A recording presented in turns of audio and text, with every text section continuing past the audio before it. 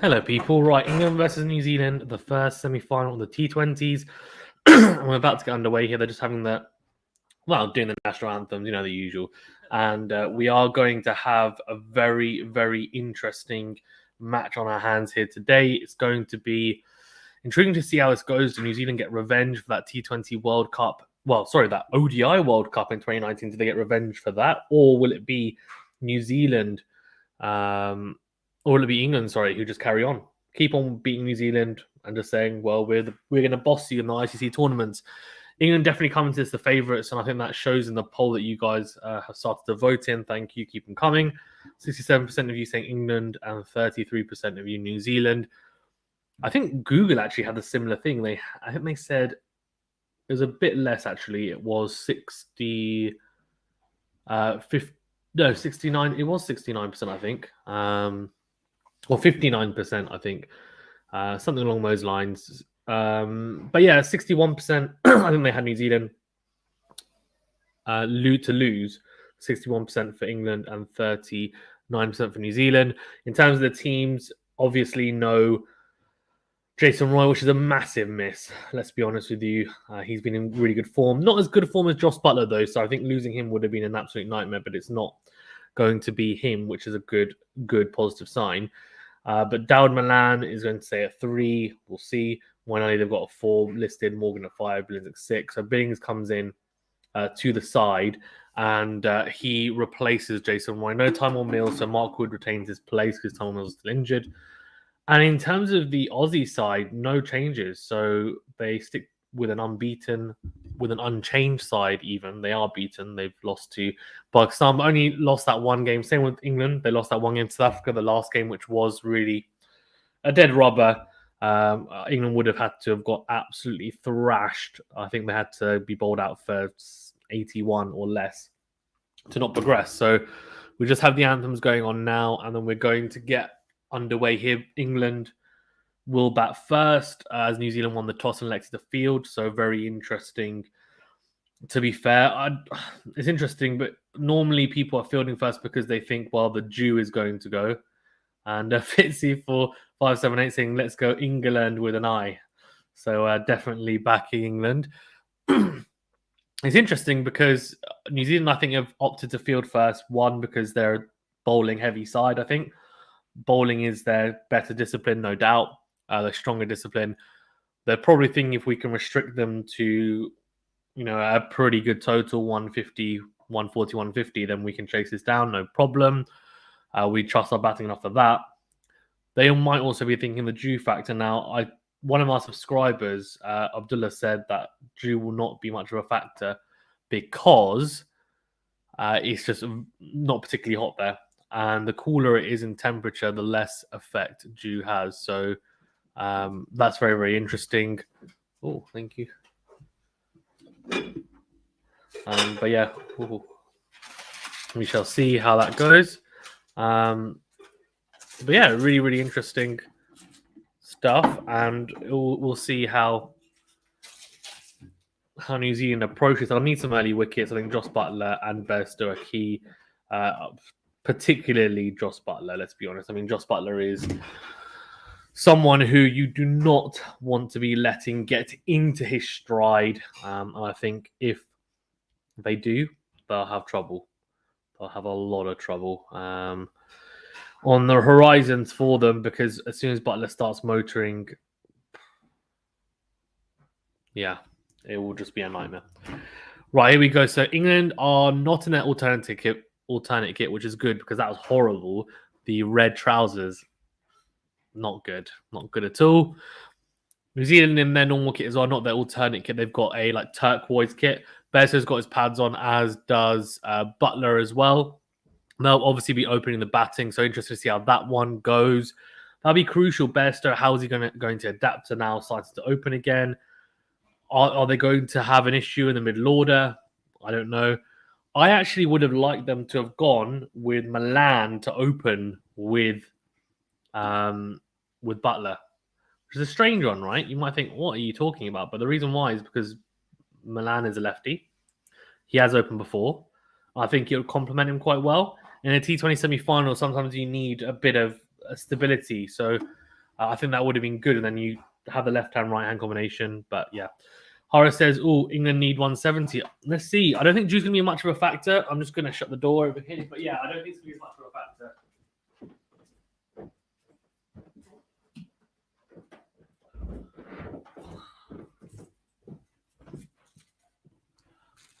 I don't think Drew's going to be as much of a factor today. Apparently, according to Abdullah, who is, if I'm not mistaken, in the UAE as well. So he's saying that temperature-wise, very minimal dew, if any. So let's see. Jos Buttler, Johnny Bairstow coming out.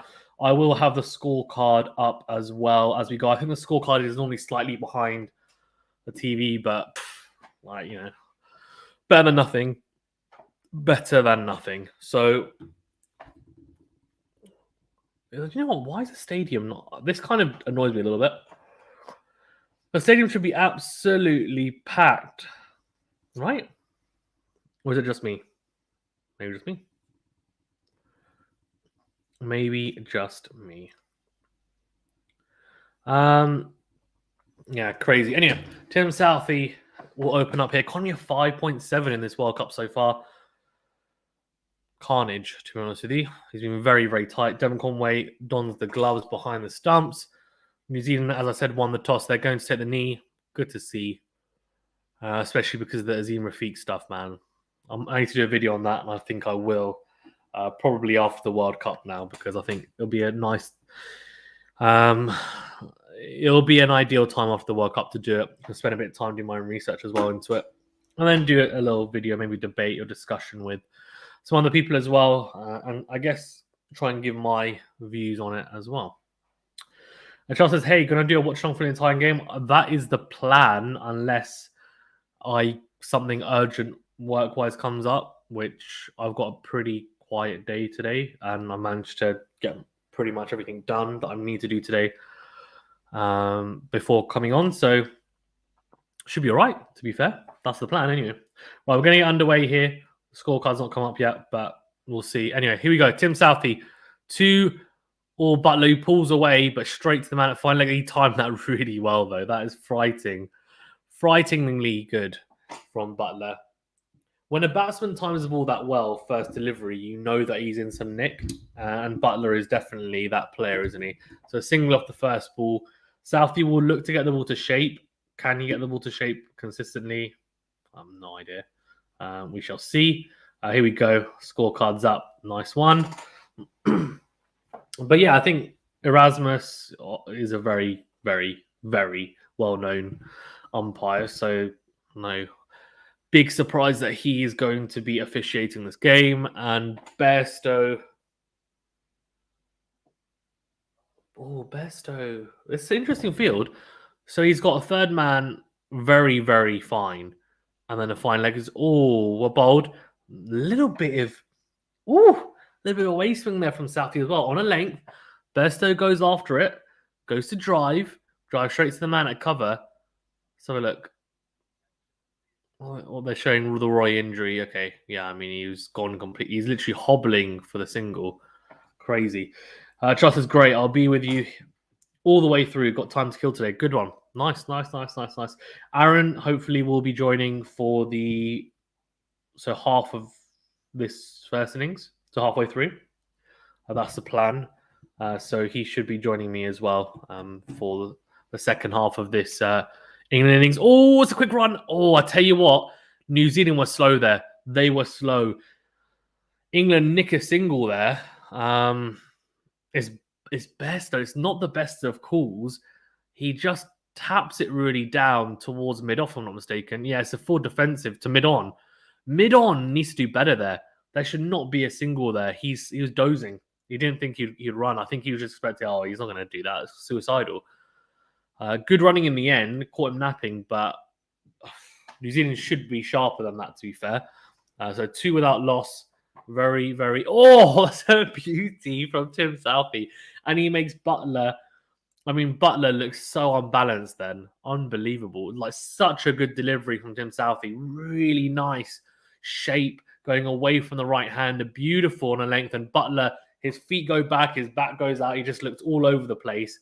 I didn't quite know what to do there. and nearly nicks off. It's an absolute beauty from Tim Southee. With a new ball, even in white ball stuff, man, it's so good. So good, Tim Southee. Buttler is probably thinking I just need to get him. Oh, get him away. Well, Boult again just wraps him on the front pad, but going down leg side. So only 2 off the over so far. 1 more remaining. Mate, he's batting. Sorry, he's bowling really, really well, Tim Southee here. Great start, and they've got Trent Boult to look at. So Johnny Best only averages 12 in this World Cup. Hasn't batted that much, to be fair. Yeah, exactly. As a child said, Tim Southee does this quite often. 2 to 3 outswingers, then gets one in. Yeah, he naturally bowls the away swinger. He doesn't necessarily bowl an in-swinger. It's more like he rolls his wrists over it. But it obviously has that movement of an in-swinger, but it's not as natural. That's a fantastic shot from Buttler, though. Southee trying to find a hint of a way swing, but goes too straight, so the ball doesn't swing. He drifts onto the pads of Buttler, and Buttler just flicks it through square leg for 4. Just an easy gimme shot, to be fair, or gimme ball from Southee. Disappointing way to end that over for him and New Zealand, because they had started off very, very well, but it's not a terrible over. 6 off it. So let me just update the score. Get the score up for you guys as well at the bottom of the screen. Let me know what you think in terms of predictions. What do you guys think? Who's going to win this one? I'm thinking that most likely, I mean, England are the favourites, but I just have a feeling. I had a feeling in the preview. I said New Zealand, but I don't know. It's a toss of a coin, I think. It will be quite evenly contested. I know Usher doesn't think. He thinks, England are nailed on to win, really, but I'm not quite of that thought. Boult is coming on as I eat my cucumber.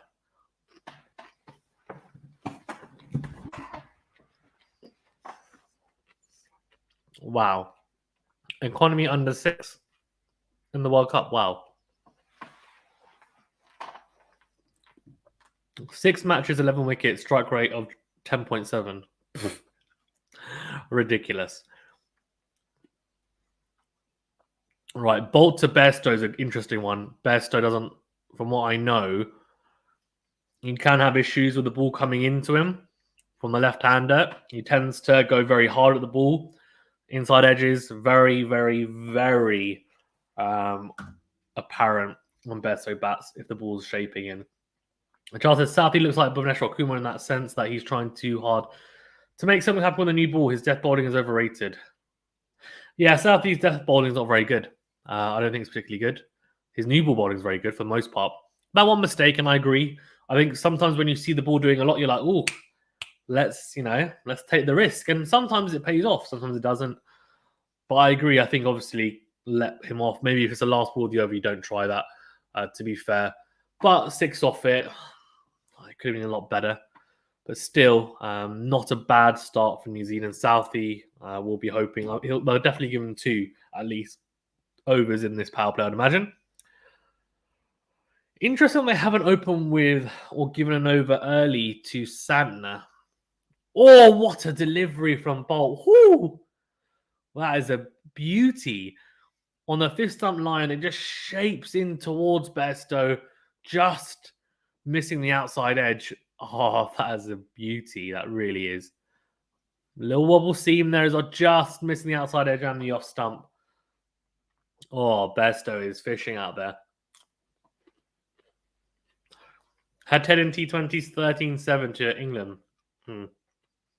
Interesting. Oh, that's a great shot from Bairstow off the back foot. Punches it. Boult goes a little bit. It gives him a little bit of width on a length, and Bairstow cashes in. So no swing there. As Tymal Mills looks on, David Willey on the subs bench as well. So they haven't gone with any left armour here. England. I don't know. Have they missed a trick there? I'm not sure. Is David Willey a better option than Mark Wood? Obviously, Mark Wood's raw pace. He's kind of being a little bit all over the place this World Cup, to be fair, though. I prefer him with the new ball, but a Boult. It's a slow ball, if I'm not mistaken. The slow ball bouncer from Boult. Where's the speedometer? How quickly is he bowling? That's what everyone wants to know. Everyone wants to know speeds. No, 80 miles an hour. Interesting. Right, Boult. Only 2 off the over, so exactly the same as Southey. 2 off the over into the last ball of this over. Is he going to give away a boundary, or will he be able to seal the deal and only go for 2 or 3 off the over, which would be ideal. Let's be honest, it would be ideal. Here we go. Boult running in. Oh, it's going to be 4. You know what's so funny? Because exactly the same as the last over. It's 4 runs, but this time is very, very fortunate. Extremely fortunate for Besto. And that inside edge that I talked about, his feet are all over the place. He swings wildly at the ball as it's swinging into him just outside the off stump. He gets a thick outside edge and it runs down very fine leg for 4 past the outstretched keeper. Lucky didn't play on there as well onto the stumps. Wild shot from Besto and a huge amount of fortune there as well for the England batsman. Boult looks on and almost at disgust at Besto, like you are a jammy toad. And he is a little bit, to be fair. He is a little bit. Guys, thanks for voting as well. Keep them coming. Do remember to like the video and subscribe to the channel as well if you haven't already. It does help us out. I do appreciate it. Southey, to continue, which is no... I mean, there's no surprise about that, is there? Let's be honest. No surprise whatsoever.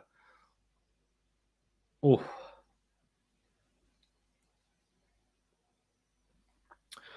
I'm very interested to see how Besto's looks a little bit sketchy, to be honest with the early doors here. As has Buttler. I think they both looked like they're just struggling a little bit to kind of gather what's going on at the moment, which I can understand. It's not ideal at the moment. Yeah, good running there from Besto. So a dot and a single to start off the over.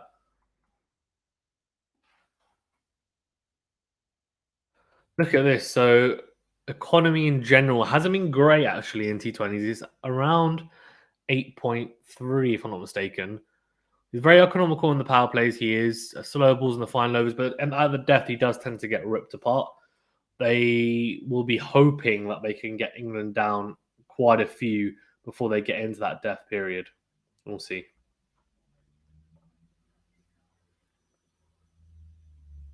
Oh, a bowled from Southey, just drifting into the pads of Besto, but on a length. That's the difference. So another dot. If he goes full there, he gets dispatched into the crowd. Into the crowd.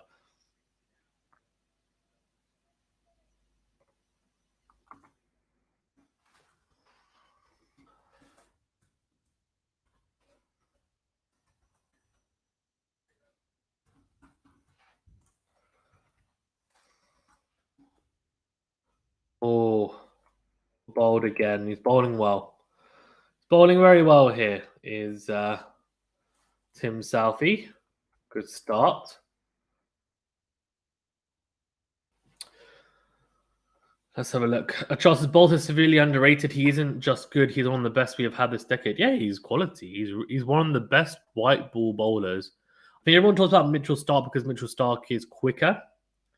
And everyone loves that, right? They love someone who can bowl thunderbolts, and he can. But Boult's probably got more control, I'd say. I feel like Boult's got more control than Starc, generally. When Starc is hot, he is, like, burning hot. Like, he would run through people. But Boult consistently picks up wickets. It'll be interesting to see the records, actually, of both. Probably should have looked at that, to be fair. Interesting. Everyone's got different things listed for the lineup. I mean, the lineup on BBC had Moyne at 4. This one has Morgan at 4. Who knows, man? Who knows? It's flexible, isn't it? It's flexible. Abdullah says, I wonder if we'll see a lot of sixes today. Maybe. I doubt it. Semi-finals and finals are normally not high-scoring affairs because people are a bit tentative. They don't want to take risks, and I'll update the score as well. It's 13 for 0. That's a fantastic over. Only a single from it. It was so good. I didn't even need to commentate because it was so uneventful. Only a single off that over from Southey. England are starting off very, very slowly here, honestly. And it'll be interesting to see if they start trying to open up and take off the shackles a little bit, or whether they will continue to go at this pace and then just back their bowlers. Back their batsmen coming in later on to give it a whack. No idea. No idea. So 13 for naught of 3 overs. And very much... Is Milan in next? I can't see if he's got his pads on. I guess he would be in next, wouldn't he? He loves pace on the ball. Make the most sense. You would imagine? Yeah? No? Maybe? I guess so, right? I mean, yeah.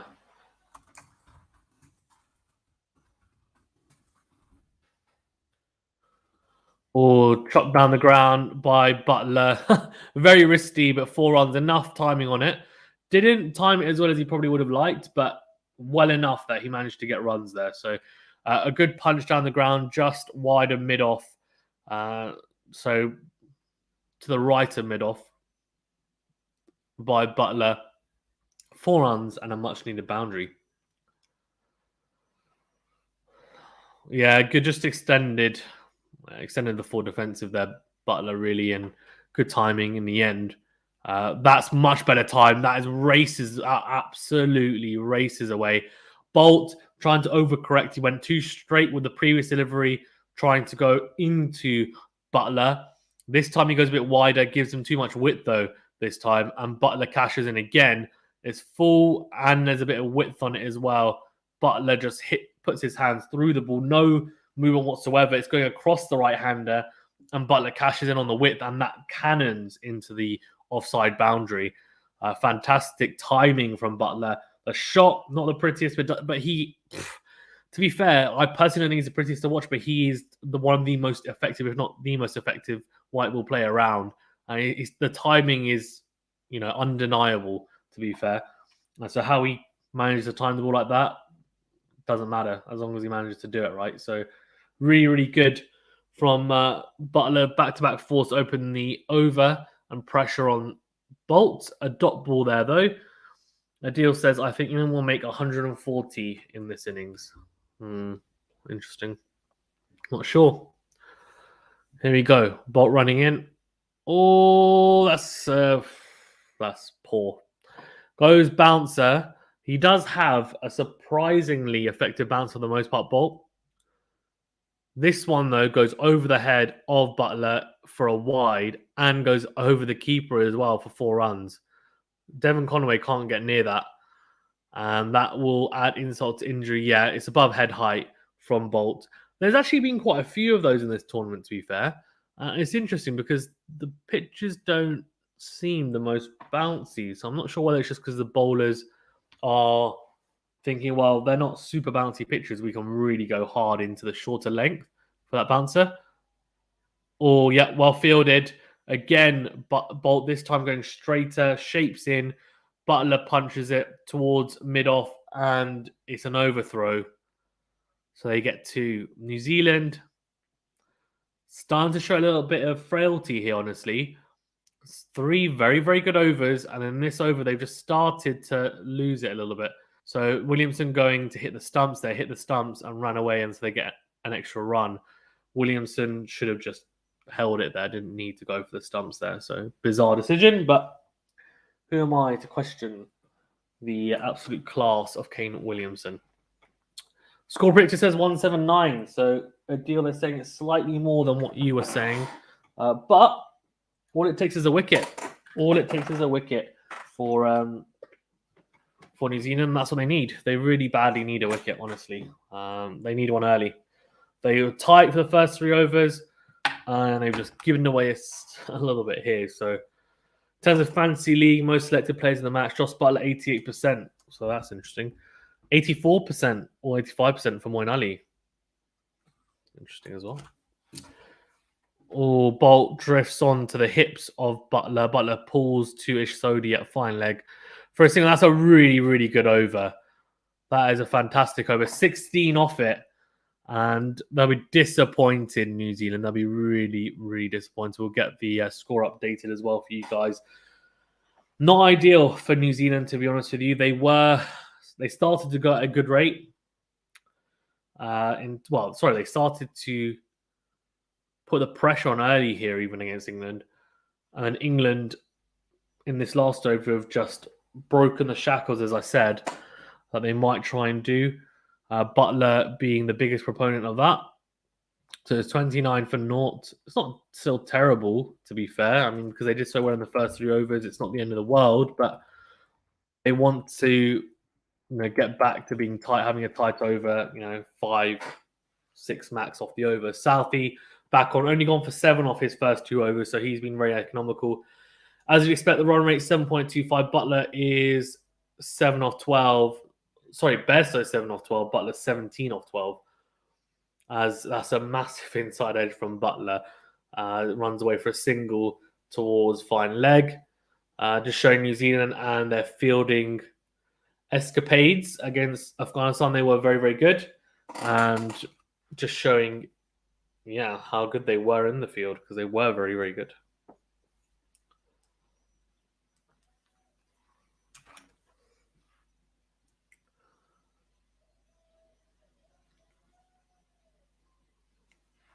Oh, shot.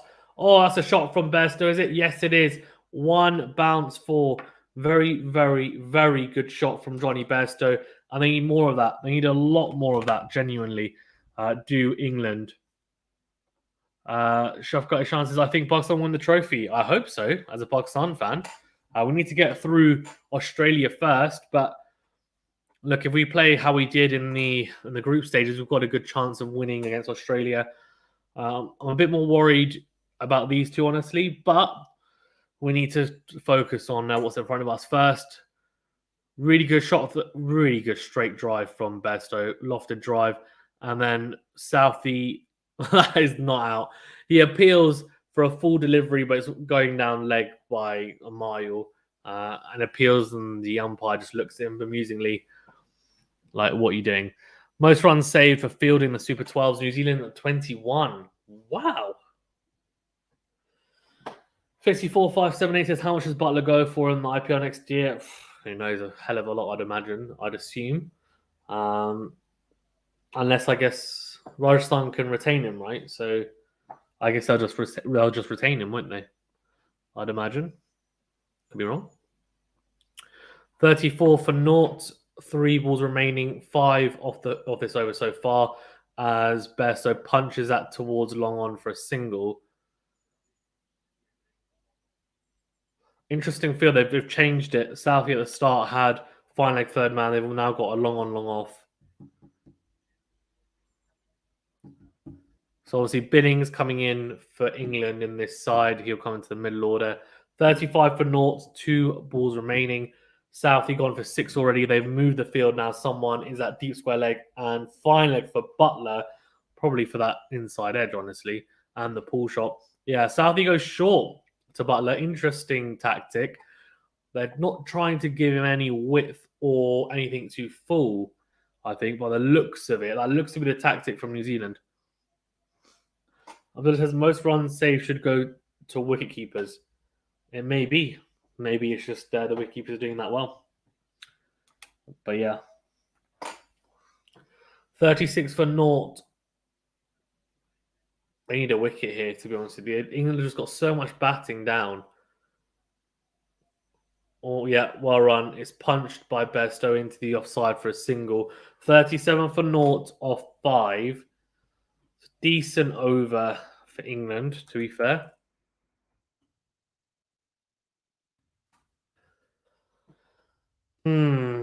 Very, very interesting.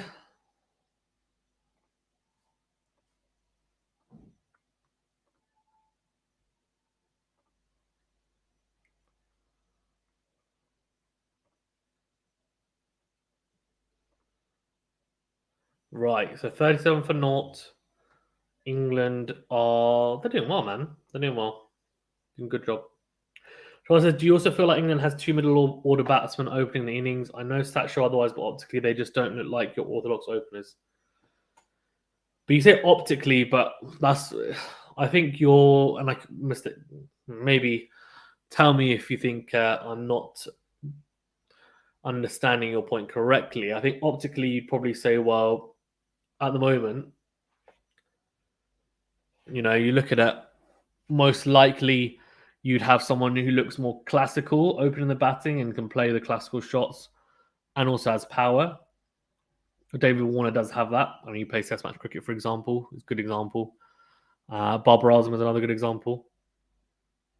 Oh. Besto telling someone to sit down and shut up, I think.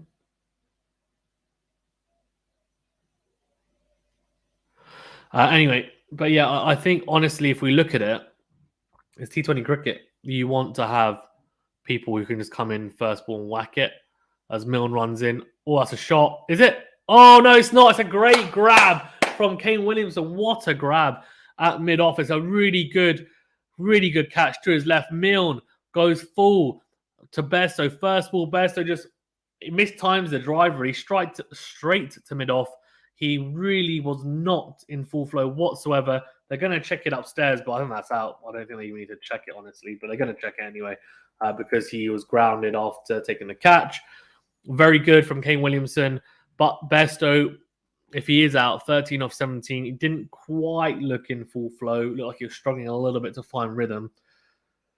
But yeah, Chol, I get what you mean, but T20 cricket is just crazy. That's what it is. And to be fair, there's this whole debate about should Buttler opening innings. It's so hard to say shouldn't now because he averages, I think, 60, strike rate of like 150 or something, 140. It's very hard to say he shouldn't, but he's probably the best finisher in white ball cricket, in my opinion. Bairstow is a white ball opener. I mean, Bairstow opens for with Roy in the ODI stuff, so he can do that. So soft signal was out, and it will be because Williamson did really well, actually. As he was going down, he took one hand off the ball and made sure he went with his elbow because he probably he must have subconsciously thought about what happened to Jadeja the other day, to be fair. Shafqat Ishan says, instead of the awful current system, they should make a T20 World Cup a knockout tournament. Top 8 teams getting a bye in the first round. The associate teams will get a fair chance. Top 8 teams getting a bye in the first round. That's actually a really good point, you know. I really like that, Shafqat. Like a little bit like tennis, I guess. You get a bye in the first round if you're ranked high enough. I like it. Jos Buttler is wristy. When is the last time you had a wristy opener? Yes, true. Well, Fakhar Zaman's very wristy. He opens the batting for Pakistan on the ODI stuff. Besto clears his front foot like a Andover slugger. But he can play properly. Well, I say properly, but as in like more classical because he does it on the ODI stuff. But I get what you mean. But then to be fair, Aaron Finch kind of bats a little bit like that. Not as much, but he does as well. As did Sehwag to a degree, to be fair. So yeah, just showing the wicket again as Milan comes in. It was just a mistimed drive. It's a really good catch. I thought it was a very, very sharp catch by the captain, Kane Williamson.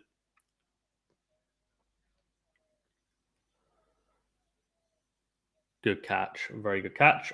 And good awareness to know that I need to put my elbow down, make sure that there's no way that they can say to me that, you know what, you haven't taken that catch cleanly. There's no doubt whatsoever.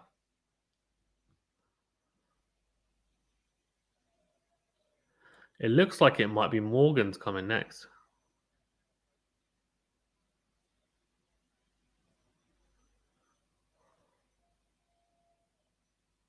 Well, they're worried about the screens. What's wrong with the screens? Is it someone in the crowd or?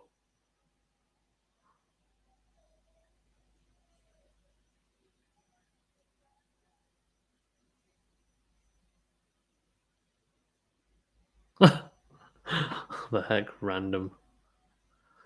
Yeah, well, ball by Milne. Very good. They've got the man at cover there. Buttler drives straight to him. Milne just got to bowl to his field. Bowl to his field and see if anyone makes any mistakes. Well, that's it, really. That's it. What more do you want? Nothing, I tell you, nothing. Right, that's a big wicket, though, in the sense that it's broken the partnership. If they can get Milan as well, never know. Look at this. So Kane Williamson runs saved for New Zealand, overall 12. Flipping heck. Not bad, eh? Bad at all. They're a good fielding side, aren't they, the Kiwis, though, overall? They always have been, honestly.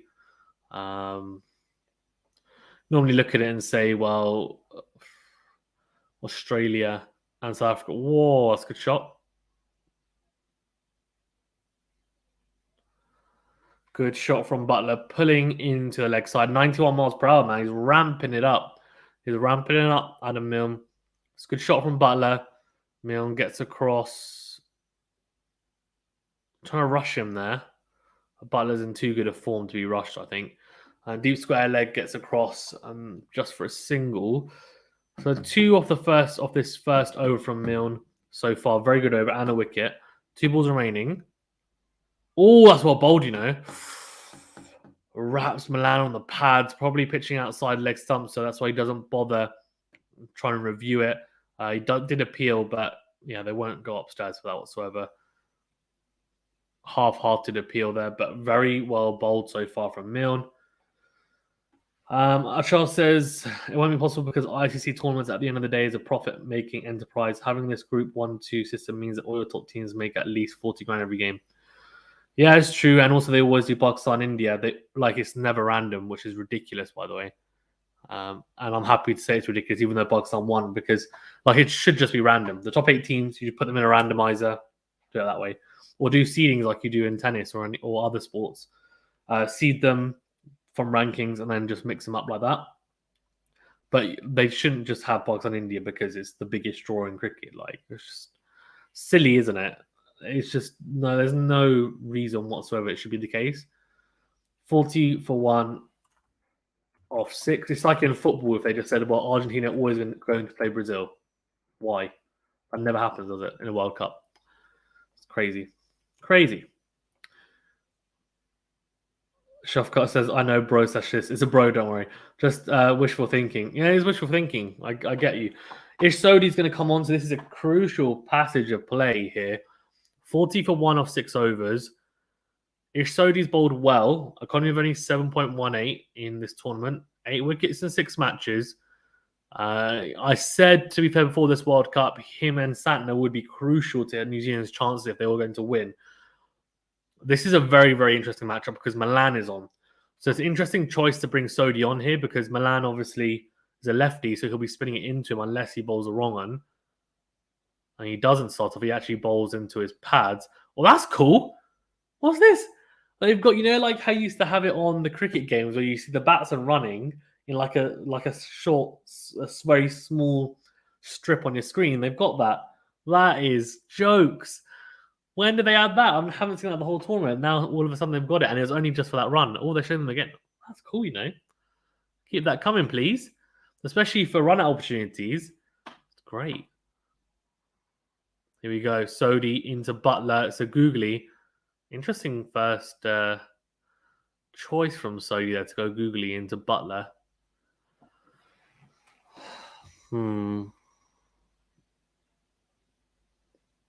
It's intriguing because I look at it and I just think, was bringing on Sodhi the best option here? But they've got a left arm, right arm, so maybe.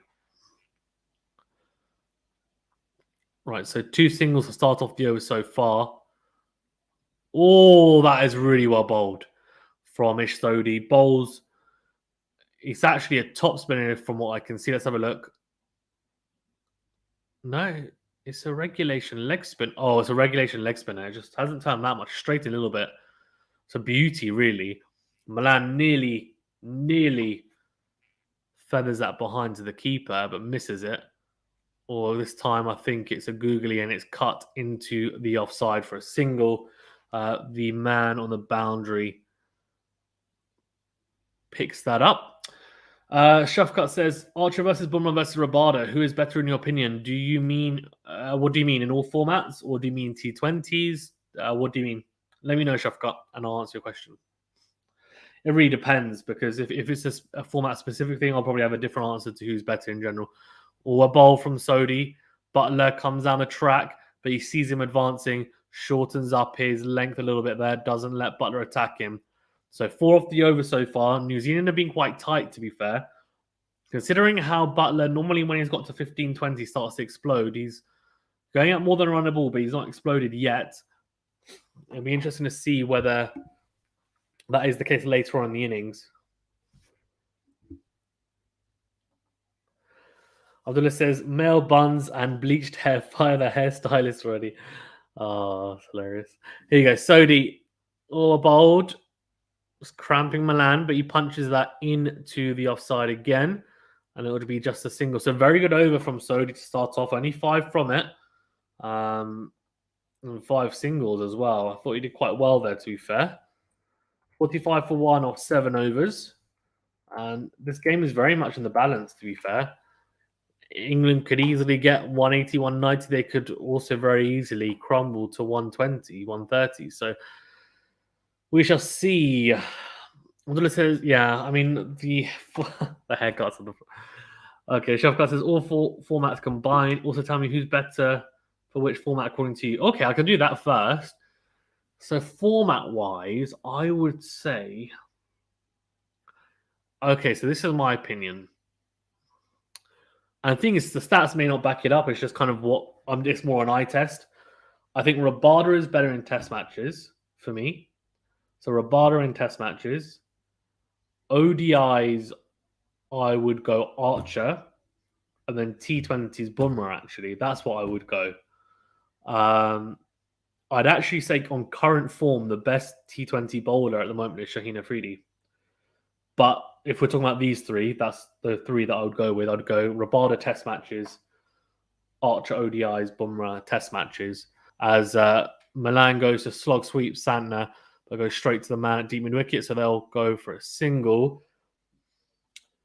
And then who's the best overall? I really, really love Rabada. So I'll go Rabada. The only issue with Rabada at the moment is that he's played a lot of games, so he looks absolutely knackered and his pace is down a little bit. But if he is fully fit and he's had a lot of time out to be able to recover and bowl properly, I think Rabada's the best for me, in my opinion. Only because I feel like he has the best balance in all formats. I feel like Bumrah in test matches is dangerous, but he's not as dangerous as you would expect him to be, considering how dangerous he is in the white ball stuff. That makes sense? Yeah, anyways. Charles says, one India vs Pakistan game gets over 450 million viewership on average, and the revenue from that one game can break even. What a shot from... It's Jos Buttler, I think. He's reverse swept Santner. Very good shot for 4. And he's thinking, this is my opening now. This is my opening. And the revenue from that one game can break even in the entire cost of hosting the tournament. That's what even the host countries want. Yeah, I mean, I get the money aspect. I just think it's a shame, honestly. Yeah. But it is what it is. Anyway, 50 for 1 here. Oh, it's a paddle around the corner from Buttler. Very, very good shot. There will be someone there, though, to come pick it up at fine leg and gets the ball in. So 6 off the over already, and this is a very, very good start for England. 2 balls remaining. They'll be thinking we'd pick up another boundary, and it's a very good over. There's 7 off it. Butler's starting to pick up. It's an issue for New Zealand. They need to get him. Get him before he gets to 35. Otherwise, it could be, it could be fireworks. Yeah, well bowled by Santner. Buttler goes to reverse sweep again, but straight to the man at short third man. And no run. Santner looks on at Buttler. Probably not in an aggressive way, you'd imagine, but maybe it is. Who knows? Maybe he hates him. No, I'm joking. Well, Buttler moving around the crease. Yeah, well bowled by Santner, and that'll be just a single. So 8 from it. The 8 and over at this point is what I call an even over. What's going on here? Hey? I think a guy's putting makeup on his girlfriend. Is that what I'm watching on my screen right now? I think it is. So if I'm not mistaken, it's 53 for 1. of 8 overs. It's interesting. I'm not quite sure how I view this this innings and match at the moment. It's kind of hasn't quite set fire yet. It's tough to really give a very in-depth view or analysis really on how this game's going to go. Oh, that's what ball. That should be out. That is plum, and it's Buttler. Sodhi, I think he's got Buttler here. Buttler goes to reverse sweep. I think he should walk off. Oh, he's going to review it. Oh, mate, I think that's plum. I think that's absolutely plum. Sodhi, I think it's a regulation leg spinner. The only issue might be is if it's... No, I don't know, actually. I think it's plum. I actually just think it's plum. I don't think there's anything wrong with it at all. Buttler's gone on one knee to reverse sweep him. It's the wrong choice. He just hasn't read the delivery whatsoever. Let's have a look at the replay. The only issue might be it might be missing off stump, you know. It's turning too much, I think. You know that. I think it's missing off stump. It's missing. It's going. If there's ever a phrase which doesn't make any sense, but it's going down off stump, it's going down the offside. The chances it's a nice matchup between Buttler and Santner. Butler's strike rate is 200 plus when the ball is flighted and pitched up. It falls to 50 when the bowler bowls flat. That's very interesting. Let's have a look. Or it's clipping. I reckon it's clipping. Yep, it's hitting. It's not even clipping. It's hitting the off stump. So straight in a little bit, but there's not a huge amount of grip and turn. So that's out, and Buttler's gone. That's a huge wicket. That is an absolutely humongous wicket for the, oh my God, for the Black Caps. Wow. Big wicket. Shock is a trial that might be true, but it doesn't have to be that way. Cricket needs to become a more globalized sport if India and the big three, as well as Pakistan players, want more recognition. Agreed. Yeah. There's actually a very, very good video that I did a few months ago now, where I talked about how I personally think cricket should grow and how I would like it to become a more global sport. And I might actually put that in the community tab at some point because I feel like it's always a hot topic. Fitzy says, going down leg. Yeah, unfortunately not. Shafkat Ishan says, remember when Sharapova said she didn't know who Sachin Tendulkar is? It's a result of ICC and India's policy, nothing else. Yeah, I mean, I don't know, man. It's difficult. I get what you mean, though.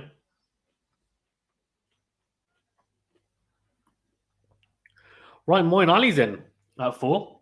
So no Morgan. Must be a matchup thing. I guess it's Sodhi because he's on. And Santner, they're both spinning the ball into the left-hander. They've got two lefties on. But then I guess Morgan didn't want to...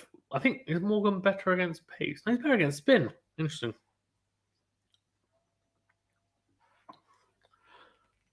Oh, well bowled by Sodhi. But Moyne just punches that down for a single. Charles says, agreed. The big three's hegemony needs to be broken for cricket to grow globally. Agreed. Yeah, we're all in agreement on that. Abdullah says, I wonder if Sachin knew Sharapova was too. I'm sure she did. I'm sure she did. I'm sure he did. Sorry, I'm sure he did. But you never know. Might not have, to be fair. Maybe it was just a case of, superstars not knowing each other. And it's funny because Sharapova is a big star, right, in tennis, but she's not as big as Sachin was in cricket, to be fair.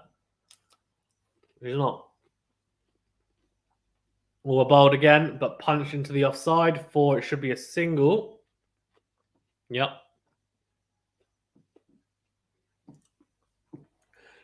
The issue is about the cricket as a whole being a global sport. Like when I do the tennis on the channel, and I do like tennis streams, etc., we get people from everywhere. Like generally everywhere. When I do cricket streams, it's the same countries, and I'll explain in a second. Sodhi comes in or puts it wide outside off stump. I think Monai's actually missed out there. He's just kind of very feebly punched it into the offside for no run. Like, I always, to be honest, the same people from the same countries come on. England, Pakistan, India, maybe New Zealand, potentially South Africa, maybe Australia, occasionally from the Caribbean, but basically all the cricket nations, right? Like no one from a nation that isn't a test cricket nation normally comes into the stream. Like it's very, very rare. Whereas in tennis, mate, I've had people on from like Georgia, the UAE, flipping everywhere, like Russia, Estonia, like everywhere that you can imagine, pretty much. Like, it's been quite cool. That's the cool thing about it. Or shot from Milan, and that'll be 4. What a shot! Beautiful shot over the infield, and races away to the extra cover boundary from, I think that's Milan. That is Milan. Very, very good shot from Estonia. And what was a very good over is now still a good over, 7 off it, but Milan's made it a little bit better for England with that last strike. Very, very good shot.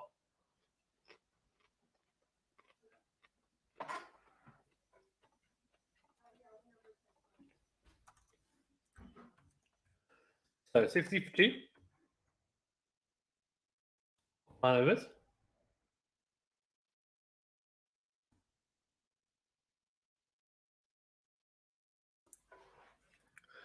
Shavkat says Sachin definitely knows. Indian League cricketer knows a lot about other sports. True.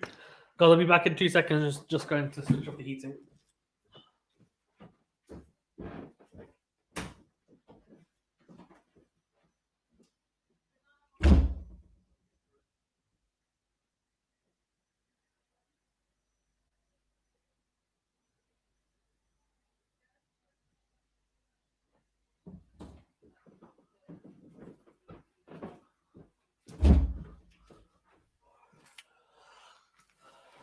Right, so just having a look at best of training this week. That clearly didn't help him though, because you're out, mate. Sorry, it's a bit harsh, isn't it? But yeah. Shafkat says, yeah, I was surprised to find a stream channel who watches tennis as well as cricket outside India.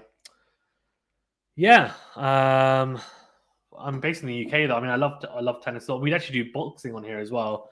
That's not normally me though. That's normally Mohammed, who's another guy on the channel. Sometimes I'm on with him, but he does it predominantly. Well, bowled by Nisham. Boxing is mainly just watch-alongs, streams like this, but we had quite a few like pro fighters on as well. We've had a lot of pro cricketers on as well. To be fair, there's a playlist called Cricket Interviews. Check it out. We've had Hayden Walsh Jr. on, the West Indies international cricketer. We had Mark Watts on, who's bowled really well this World Cup, and we've had a multiple like counter cricketers on as well. And we also had Ahmed Asif on, who obviously plays in the PSL. I've had him on a couple of times as well, so he's really cool. Talked about his career and Wasim Akram and Bob Razem and Hassan Ali and all sorts. So, yeah, like it's been really, really good having those guys on as well. And Nisham's on. This is an interesting choice of outside edge. Very, very interesting. That's a thick outside edge from Moin Ali. Nisham nearly picking up a wicket there. Flipping heck. That would have been a very, very good catch. We managed to get across there, to be fair. Let's have a look. Oh, it's a drop. Oh, it's a drop. Let's have a look. Should he have taken it? Oh, he should have. He got 2 hands to it, man. He should be taking that. Should be taking that. So because you watch UFC, I do not, unfortunately. Yeah.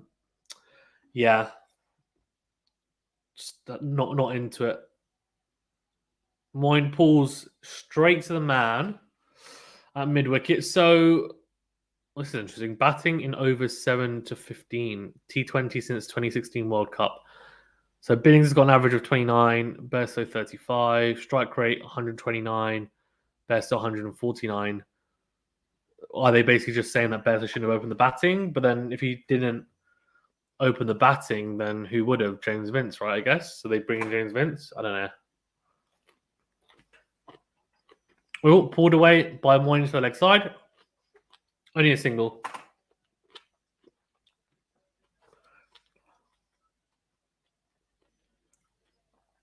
Nisham. Oh, bit of pace there. 84 miles an hour. Abdullah says, last boxing match I watched live was when Naseem Hameed was on top of the world. Stayed all night waiting and he finished him in 5 seconds. Try explaining while sleepy in class the next day. Lol. Because I was up for 5 seconds. So last 12 balls, only 11 runs. So they're tying them down here, New Zealand. New Zealand are tying down England. Fantastic shot from Orlando. Bloody hell. Oh, that is class. That is such a good shot, by the way. He plays that cover drive. It's a beautiful shot. Underrated. Very, very good cover drive. That was beautiful, man. That was absolutely beautiful. Wow. 4 runs and raced away to the boundary. Pure timing from Dowd Milan. 67 for 2 off 10 overs. England in a interesting position.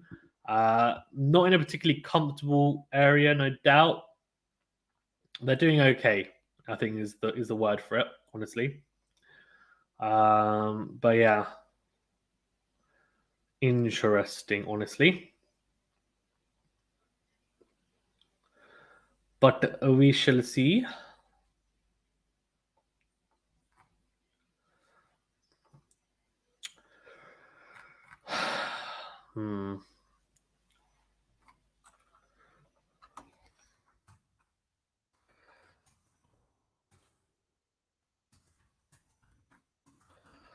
Right, so at the halfway stage, I'd say it's pretty even now. I mean, New Zealand are in a. This is a very, very, very, very important passage to play the next couple of overs, I'd say. But halfway stage, who's the happiest? I don't know. Probably New Zealand. I think England would have thought we could have been at a better stage at the halfway stage. They were probably thinking, let's get to 70, 80 for one, maybe. At least 80 for one, maybe, we're thinking, of the first 10. New Zealand were probably thinking we wanted to get them to 60 for 3. So I think we're kind of in between, slightly edged towards New Zealand, but yeah, I mean, I'm not sure. The back end is always so interesting in T20s because sometimes teams will be literally 40 for 1 off 10 overs and they've got wickets in hand. So they start accelerating and they go huge. Abdullah says, surprising the outfit is quick. It's absolutely rapid. Like flipping heck. I don't know if the outfit's quick, or whether it's just people timing the ball like absolute guns. That could be it, to be fair.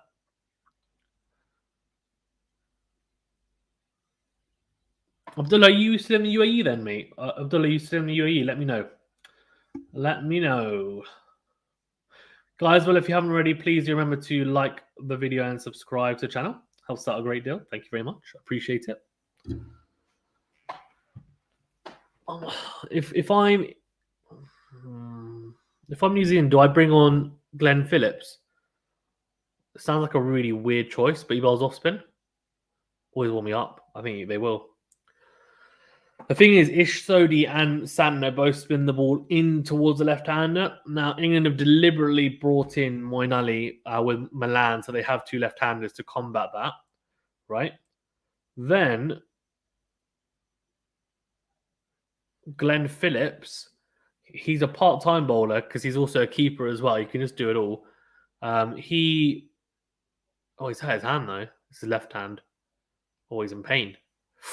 Oh, he's cut his finger bad, his hand. He's going to be bowling, though. Yeah, he is. So it's funny, me and Usher talked about this matchup. We said they might bowl Glenn Phillips because of the left-handers in the England team. Matchups, right? We love the word matchups. So this is a matchup here. They're trying to combat the left-handers with the spin away with Glenn Phillips. Let's see. Here we go. Good start. Good start from Glenn Phillips. One bounce straight to the man at long off, but good areas. 57 miles per hour. Like that. Although it says, no, I'm in Kuwait, but been to a couple of IPL matches and 1 World Cup match. Okay, nice one. Look at you. Look at you. In Kuwait. How is Kuwait? All good there? 68 for 2 here. A single off the first ball. Phillips is... Mate, he'll be licking his lips, man. He's like, I'd hardly ever bowl and I get to bowl here all the time now. What a shot from Milan, though. Milan, I'll tell you what. Milan looks in good nick. That is a beautiful shot from... That's a fantastic shot from Dowd Milan. It really is. And Aaron is here as well, so I'm just going to add him to the stream. I'm going to put my earphones in so I can hear him. But yeah, very, very good. Like, genuinely fantastic shot from Dowd Milan. Let me just sort out my sound. Yeah, all good. There we go. I'm in now. Are you all right, Faisal? I'm good. How are you? Yeah, fine, to be honest. I'm going to be honest. I thought I'd be a little bit more nervous about this game than I am. But no, did you see that last over with Glenn Phillips? My goodness, went over the railing. Yeah, crazy. He cut his hand, didn't he? And he's now on bowling classic. I was saying with Usher that this is a little bit of a matchup. They might bring Glenn Phillips onto bowl, even though he's a part-time bowler, because they've got two lefties in. So, and Satner and Ishsodi both spin the ball into the left-hander. Or shot again from Milan. That will be 4 runs as well. That's 1 bounce. He's played that shot over extra cover so well today. And he's class. He's underrated, to be fair. He looks in really good nick. I have just realised I'm 1 shot behind Faizan. Okay. I was thinking then, what on earth's just happened there? I've just seen Moeen chip 1 for a single, but that's good to see, to be honest. So we're now, 72 for 2? Oh, you're quite a bit behind, actually. I'm 76 for 2. Well, maybe restart your stream. Charles says, as anyone watching the game on Disney Hotstar, man, these cryptocurrency ads are so irritating. It's like the algo is only throwing the same 4 or 5 ads. I'm actually not. I'm watching it on Sky Sports, but that's hilarious that you are having cryptocurrency ads chucked at you. It says all boring here and have to leave in a bit for a wedding. I miss the good old days of the lockdown, no engagements, no socializing. Yeah, just sit at home watching cricket YouTube videos of Rob Linda. That's what you have to do. Classic. Yeah. So reverse sweep misses are one of the most annoying things to watch in cricket. Yeah, they just look really stupid when they do it, don't they? Yeah, but to be fair, I will just stand up for batsmen who do reverse sweep. At least it's trying to show some innovation. Agreed. Remember, fortune favours the bold. When it pays off, it's a wonderful shot. It is a wonderful shot. It is 78 for 2 off 11, as Shafkat just said. So I'm just going off 11, I'm on 10.2. I'm going to have to restart this stream. Yeah, restart it. 78 for 2 off 11, as Shafkat just said. Yeah. What do you think about the start from England? I mean, Buttler's obviously a big blow. And also, do you agree with going with Bairstow Buttler opening? Yeah, I'm going to be honest. I put that in my preview on the. Oh, that is a lovely shot. To be fair from Owen, I've just seen the 4. My goodness. Yeah, I think that's just going to be how my stream is today. To be honest, I've literally just refreshed it, and it's gone back a delivery. That's strange, but I actually said before that I would have liked to have seen potentially Milan open with Buttler, because Milan's a bit of an anchor anyway, and I feel like in a semi-final. Sorry. What about Vince?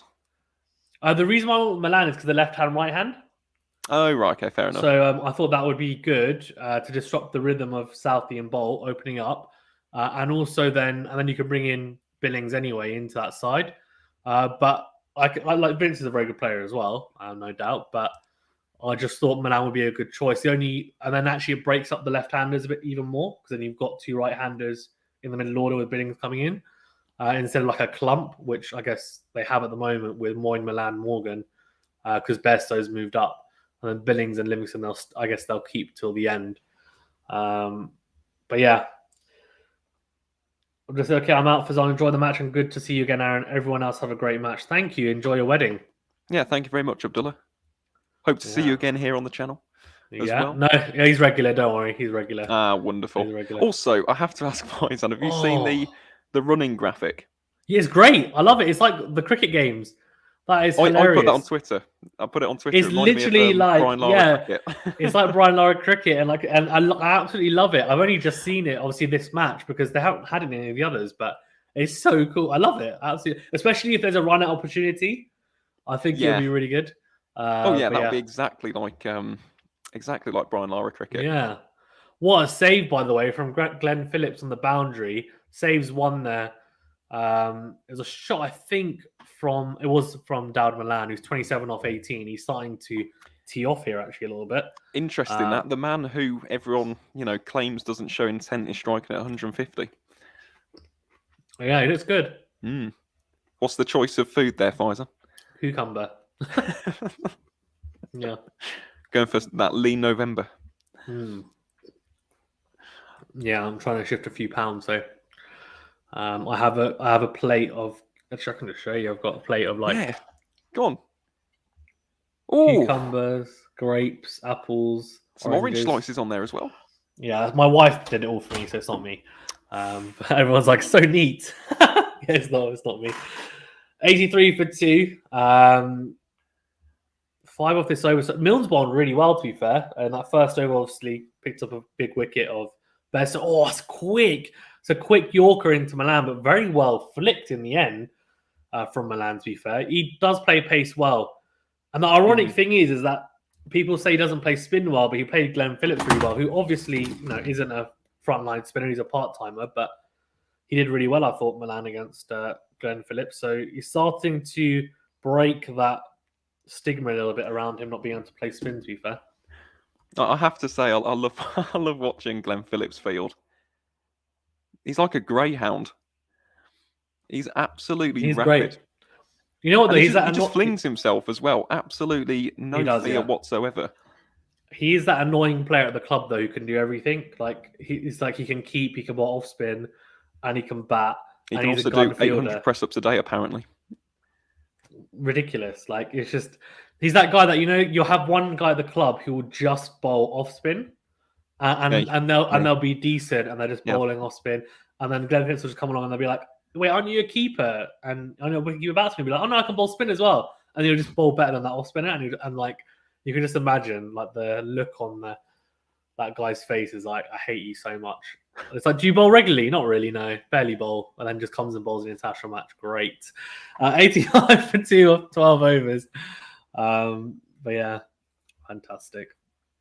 Yeah, to be fair, England, this isn't terrible. This isn't terrible. We need a foundation for the likes of Livingston, Sam Billings as well. May I just say, in this year's T20 Blast has been absolutely smoking the ball to all over the boundary. So hopefully, against his teammate Adam Milne, he can finish off the innings with a bit of a flourish.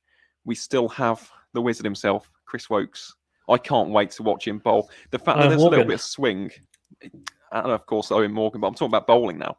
Because there was a little bit of swing, a little bit of lateral movement in the air for Tim Southey. Yeah. That's why it's a little bit of a shame England don't have David Willey. I was going to say, I think it would have been an absolute nightmare for Guptill.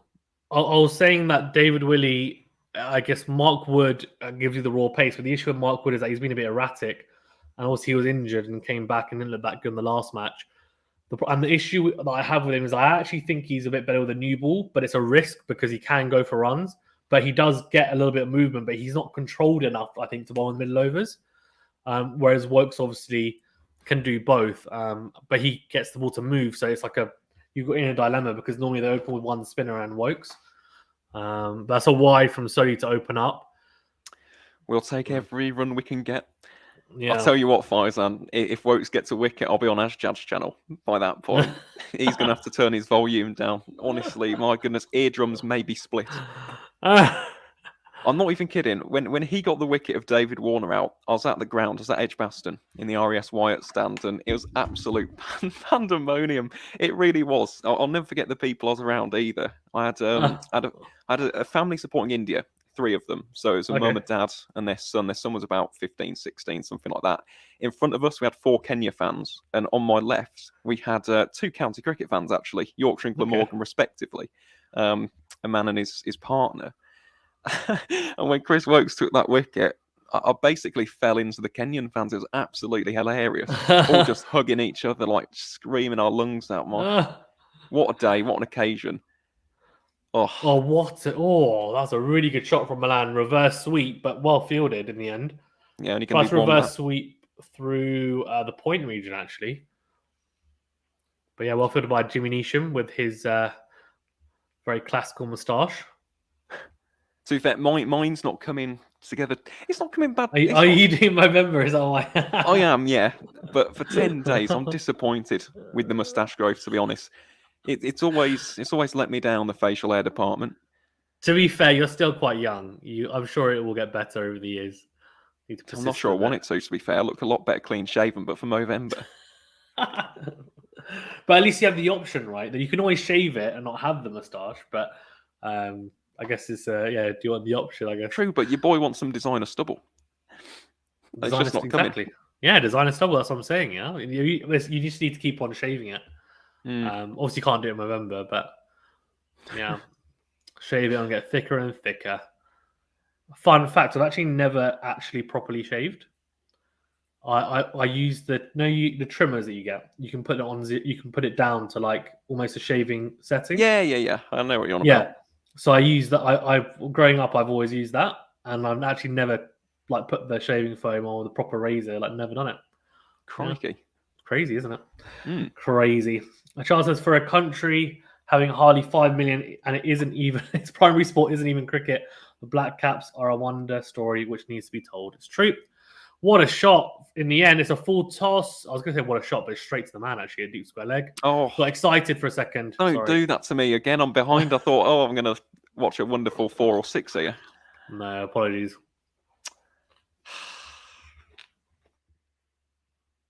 To be fair, though, just picking up on Achal's point, it is remarkable, isn't it? It really is. Like, throughout this year's World Cup, we've spoken about Namibia being 2.5 million, a quarter the size of London. They've got 5 cricket grounds in the entire country. And that's a shot. That's the shot. There you go. There's your shot, Aaron.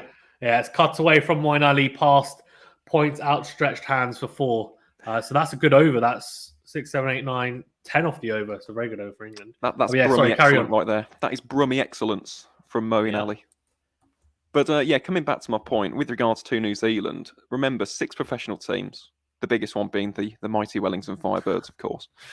But to think they've got 6 teams, a really small player pool, and yes, they do have, some players coming from USA, they have some coming from South Africa as well. They do supplement with other players, but even so, what they've achieved, World Test champions in 2021, they're always in the mix in ICC events ever since 2015. Back-to-back World Cup ODI tournament finals. They'll win it one day.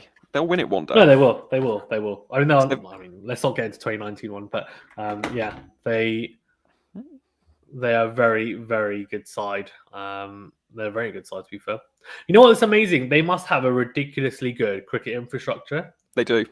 And that's what I think a lot of these other teams could probably learn from New Zealand, because they have much bigger player pools and probably look to there and see, look, how do we do that? People that are kind of important and in the know and know how the structure works in New Zealand, get them over, man. Get them over. Like Pakistan, tell them to come over. Come on, get one over. Pay them over the odds. Doesn't matter. Like, just try and understand how it works. Like Pakistan, for example, have got obviously it's not as big as India, but it's still a lot bigger than New Zealand.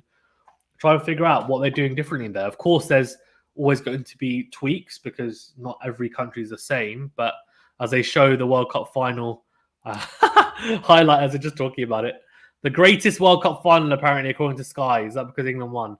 No, it was. It was. I know. It definitely. But honestly, you could not have written that. It was remarkable, horrible I though. know. By far the worst sporting experience of my life. The nerves were shredded. I'm genuinely. I don't think I'll ever replicate that in my life. I genuinely don't. And bear in mind, I am only 20. I didn't experience 1992 or any of the previous disappointments. 2015 was horrible. 2015, considering it had the greatest theme song of all time, Bob's Beat by WDM. Oh, Bob's Beat was great. It's on my playlist. Brilliant. I've still got it on mine as well. I've had it on there for 6 years. It's an absolute tune. I was listening to it before this. So good. Okay, it's that kind of song. It gets you ready for the big occasions. And that's why I loved it so much. And I'd listen to that before a game. And then England would go to Wellington and get skittled by New Zealand.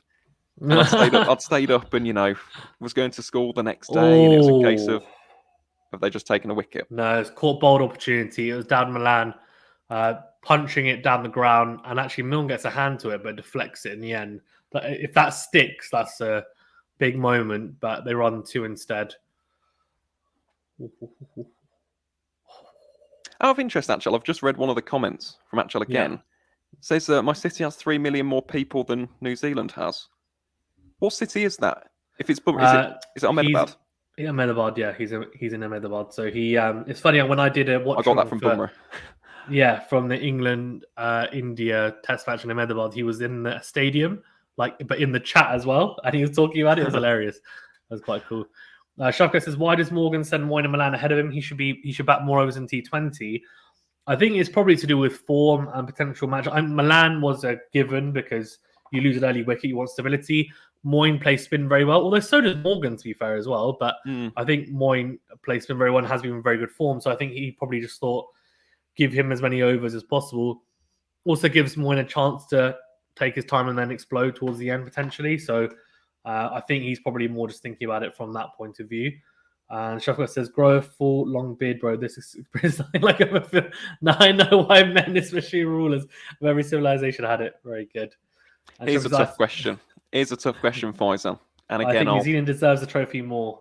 Oh, interesting. You know, I'll disagree with that one personally. I think both teams deserved it, personally speaking. But with regards to that previous one from Shafqat, yeah, who do you think, cricketing-wise, has the greatest beard of all time? Hashim Amla. I was going to say it's between him and Moeen for me. Two very, very strong beards. I feel like Hashim Amla's is just like it's like the big daddy beard. Great, it's just iconic. Or actually, we've missed one of the most iconic ones of all time. WG Grace. Yep, read my mind. Yeah. Yeah. Yeah, he has to be up there as well. 100 up, so 100 off 2. Well, sorry, 100 off 2. 104 2 off 14. Boult's back on. He's gone for 11. So this is interesting, actually. This is actually, I'm not being funny. We've got, 6 overs left? Why they brought him on? Oh, actually, no, they brought one now. Well, they've got Milne. Actually. You've got Milne and Milne. But do you keep Boult till the Boult's very good at the No. No. You bowl Boult now, and then Glenn Phillips for the death as well. Glenn Phillips as well. Is that assuming that the left-handers are still in? Is that what you're saying? No, that's because I want to see Liam Livingstone hit a 120-metre 6. Okay, interesting. Charles says, it's crazy that my city has... Oh, he's said that already. And then he goes, Mohammed Yusuf, he had a very good one as well. Side on one for me.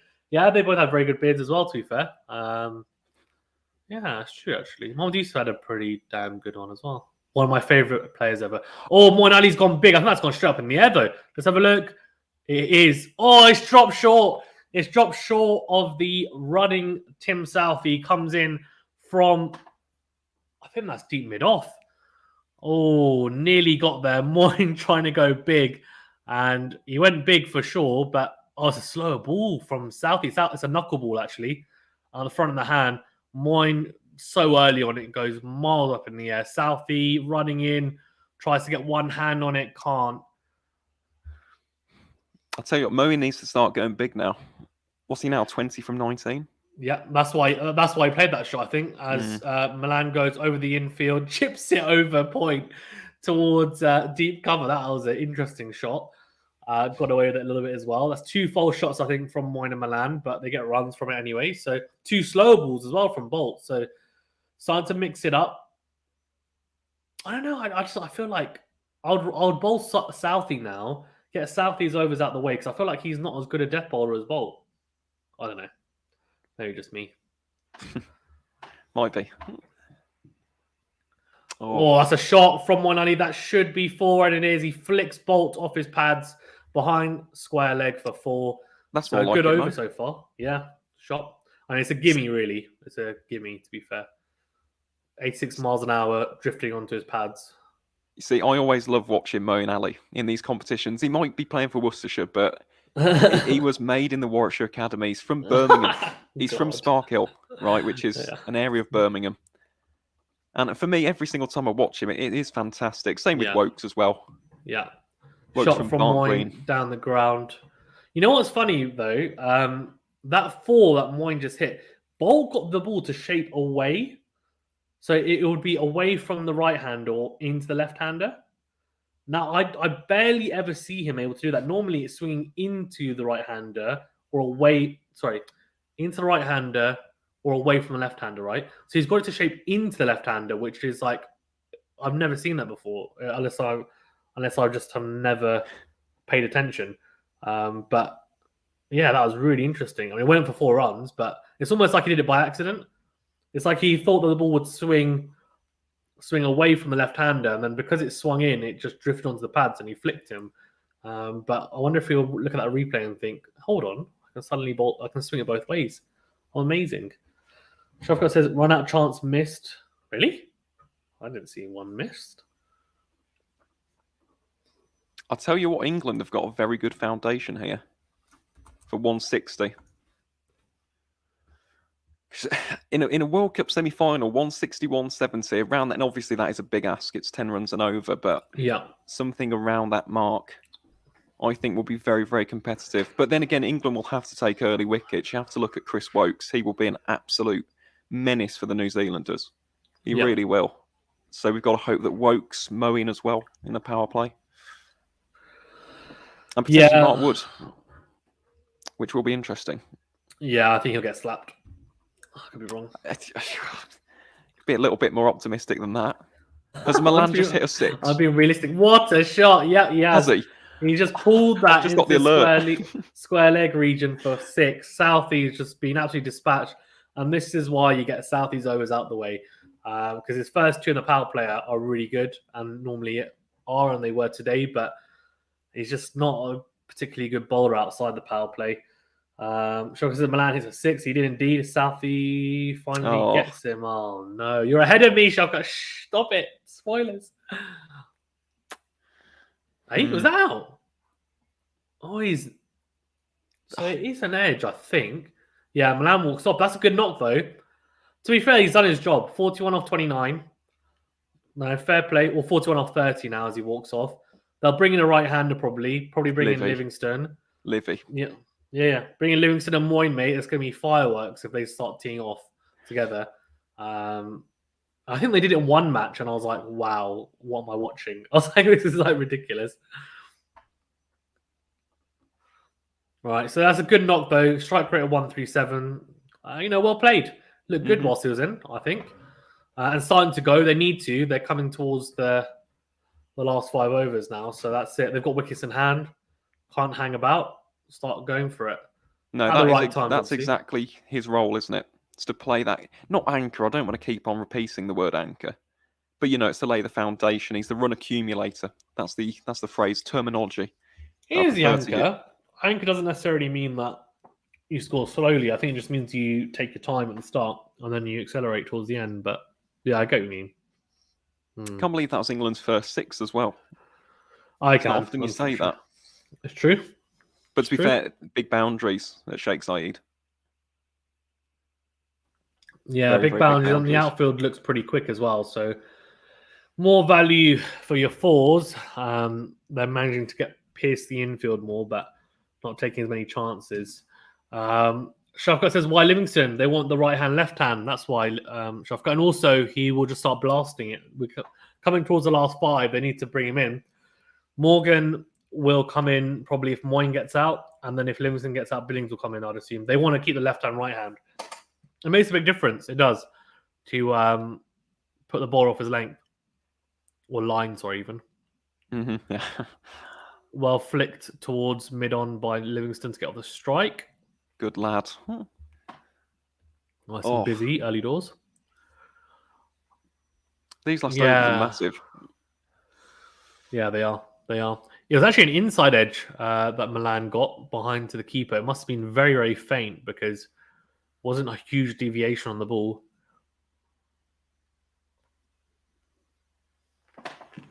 Again, my stream well behind. Okay. Oh. I'm not even watching on the TV. I'm watching it on Sky Go, so mine's probably slightly behind, which is why Shafkat's in front of us, I think. Mine's on Now TV, which is even slower. Oh, okay. Yeah, Usher will be miles ahead of you because I think he watches it on the TV. Because he's always ahead of me. Southie running in. Oh, I think that should be okay. So wide Yorker. So dot ball it should be. Yeah. Dot ball and 2 to come. And the Southie's gone for 7 so far and a wicket though as well. Couple balls remaining. Could do with a boundary. Yeah, I was going to say that. They could definitely do with a boundary. Yeah, quite a few people like my tweet about the Brian Lara one. Damn, beat me to it. It's funny. I said it when I first saw it on the stream. But I was on the stream and I was like, I don't even think about tweeting stuff to be fair most of the time. To be fair, I did it before that. I did it during the power play thing. Yeah, that's what I'm saying. Yeah, as in they came up, I think, whenever it came. I think it was Bester and Buttler, weren't they? And they did it. And I was thinking that it's funny. I had exactly the same thought. It's hilarious. They're just having a look at the. That's interesting. So he didn't really. That 6 was only 111 kilometers per hour. The launch speed, like it's a rocket. So 8 off the over, 1 ball remaining. Livingston, I would assume he's not going to try and go big after facing 1 ball, but we'll You see. never know. You If never it's know in a with slot, Livy. he will. Yeah, he's tried to. He's kind of chipped it. A single, but hey, keeps him on strike. Yeah, just a single. Saying that, not a bad over though for England. 9 off it. Again, we could do with like, I know this is fanciful thinking, but 1 over going for like 20. Yeah, I wouldn't mind that. Agree. Sharko says, is Morgan the most common name in Britain other than William or Richard, maybe? I don't think Morgan's common at all as a first name, from what I know. If I don't actually know anyone called Morgan. William, I don't know anyone. Actually, I know I know a few Williams. Yeah, but I guess we're talking about in terms of, I guess it depends on what you mean by common. Do you mean common as in like just generally for the whole population, or common as in not nowadays lots of people have that name? Richard is a relatively common one, I guess, as well. But they're more, I feel like those are Sorry, is Sodi generational bowling names. the 17th? He is bowling the 17th. Yeah, he's on. Oh, it's a wide to start off. That's interesting. He's trying to go wide of Livingston, try and give him nothing in his arc. This is a very interesting decision. Yeah. Black Cats will need to bowl Sodi and Nisham / Stand one of each of the last 4. Seems like a case of bad captainship. You never know with Williamson though. You never know. It could be something that we can't quite see yet. Yeah, it could be. There must be some logic. He's far too rational of a captain to. You'd hope he hasn't just done the classic captain thing where he's just not counted correctly. He's miscalculated his bowlers. Oh, damn. Oh, no, wait. Sodi has to bowl over. Oh, no. Chuck him in. I'll tell you what I remember in the IPL in 2020. Yeah. I know he's a slightly different bowler, but Krishnappa Gautam versus Karen Pollard in the final over. It was absolute carnage. I think he took him for about 26 runs. Completely changed the game. Oh, there you go. Moyne's gone big. He's gone big. That's going to be 6. Oh, shot and a half over mid-wicket. This is a bad matchup, though, really, because I think anyone, like a leg spinner into Moyne, being a left-hander as well, Moyne likes to use his feet. Sodi likes to give it air. This is not a good matchup. I would have brought Santner on, maybe, rather than Sodi. Santner against Moeen? Yeah, better than Sodi, I think, because he bowls flatter. I personally, because he won't use his feet as much, right? To Santner, he will. Imagine. He will. He'll try. He'll still use them, but as in, like, he'll go flatter. Like Santner can just bowl darts, whereas Sodi can't. Really, he doesn't have that. Sodi's a better attacking bowler. Like I actually rate Sodi higher than Santner as a T20 bowler. But I feel like matchup wise, I think Moyne to Sodi is like a really bad matchup. Not got the greatest of records against England either, has he? He's got a career economy rate of 11. Yeah, in T20Is against England. Yeah, it's not great at all. Goes again, but that's well bowled. He saw him coming, shortened his length, so dot ball. Shafka says 1 of 6 by Moyne. If it says England pretty much have this wrapped up now, really, wow. Whoa! I'll never say that ever again after 2016. I thought we'd won that final.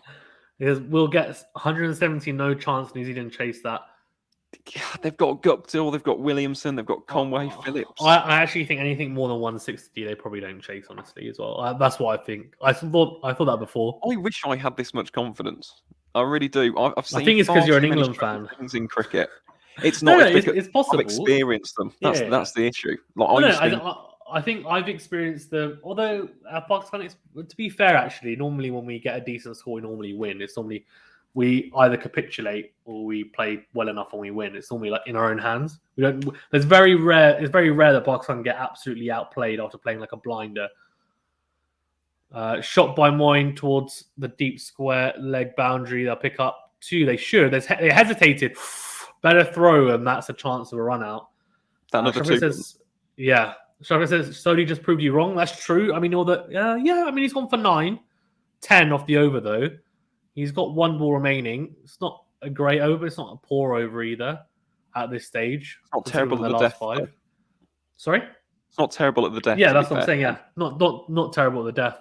I think anything that goes kind of below 12 is okay. I'd say it's not ideal, but he's gone for 11 in that over, so not terrible. 100 hit a massive 6. 130 for 3 off 17. It's funny because I think him and Moyne actually have hit the 2. I think Moyne hit 100. No. Moyne hit 102 meter six, and Livingston hit 120. Was it 122? 112. That was 112. in Sharjah. Out with the Yeah, ground, didn't that's it? the biggest six I've actually ever seen, as in like distance wise.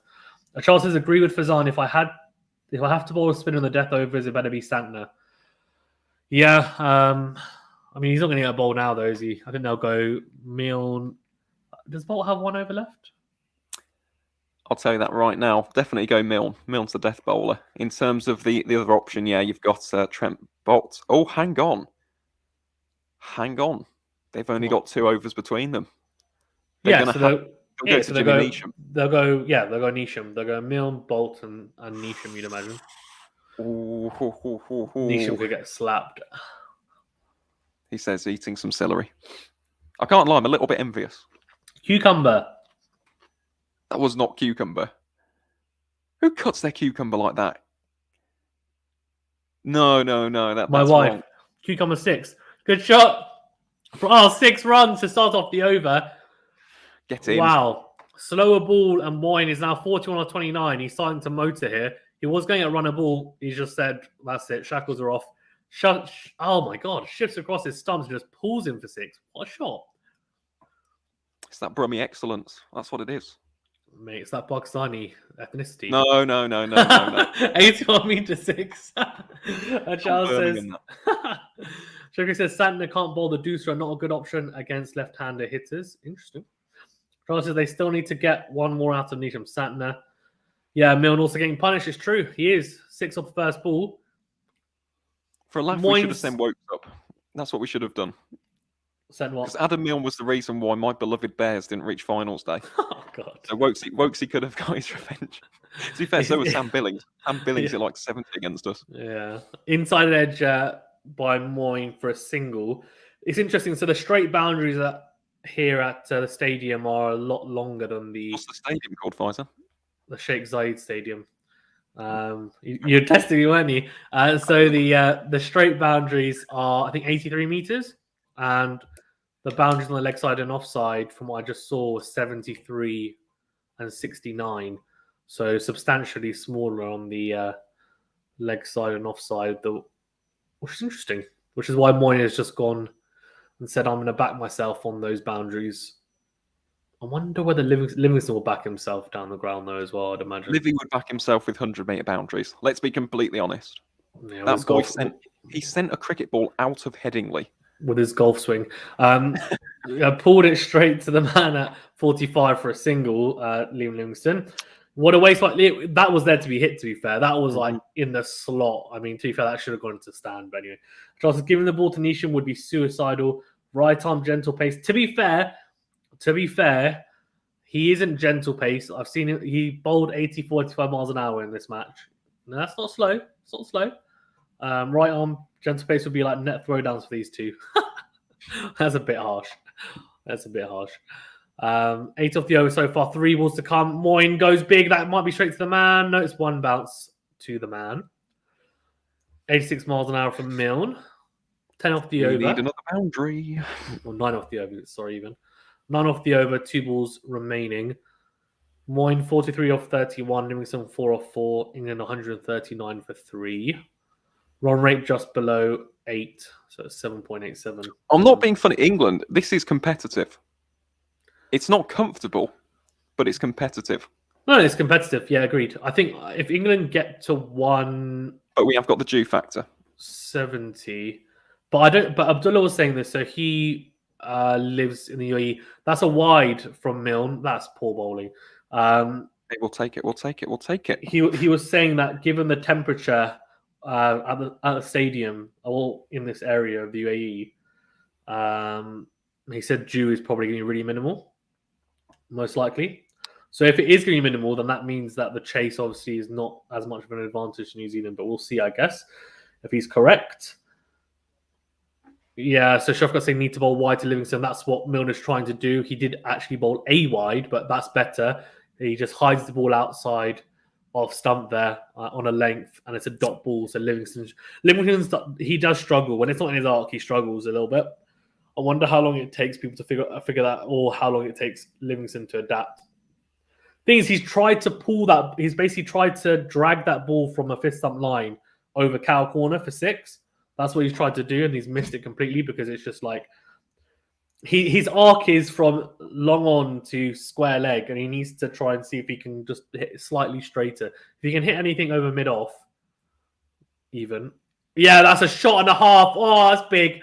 There we go. I just said if he hits a bit straighter, and he did, that's straight as an arrow over Milne's head for 6. That's a big boy 6. Get in. That's a very good over. That's a very good over in the end. There the Barrow and Furness Bradman coming to the party. 16 off the over. Very good from both these guys. 146. Such a good over. That is such a good over for England. Yeah, great over. The over they needed for sure. Fitzy says England is the best side in the world by a long, long way. I hope Pakistan get through and we absolutely spank you guys. Sorry, anyway. Shafkat says, not really. Look at Aaron's face. Clearly, it's to be fair, you said India would win, Aaron. What happened to India? Clearly, it's Pakistan so far.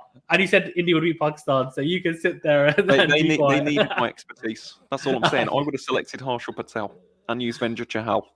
And I'm just saying, India may have replicated the magic of 2007. Okay. Just going to put it out there. But no, to be honest, with T20, and I know England are number 1 ranked at the moment, and we are clearly an excellent side. You have to take it with a pinch of salt because T20 as a format is the most unpredictable one.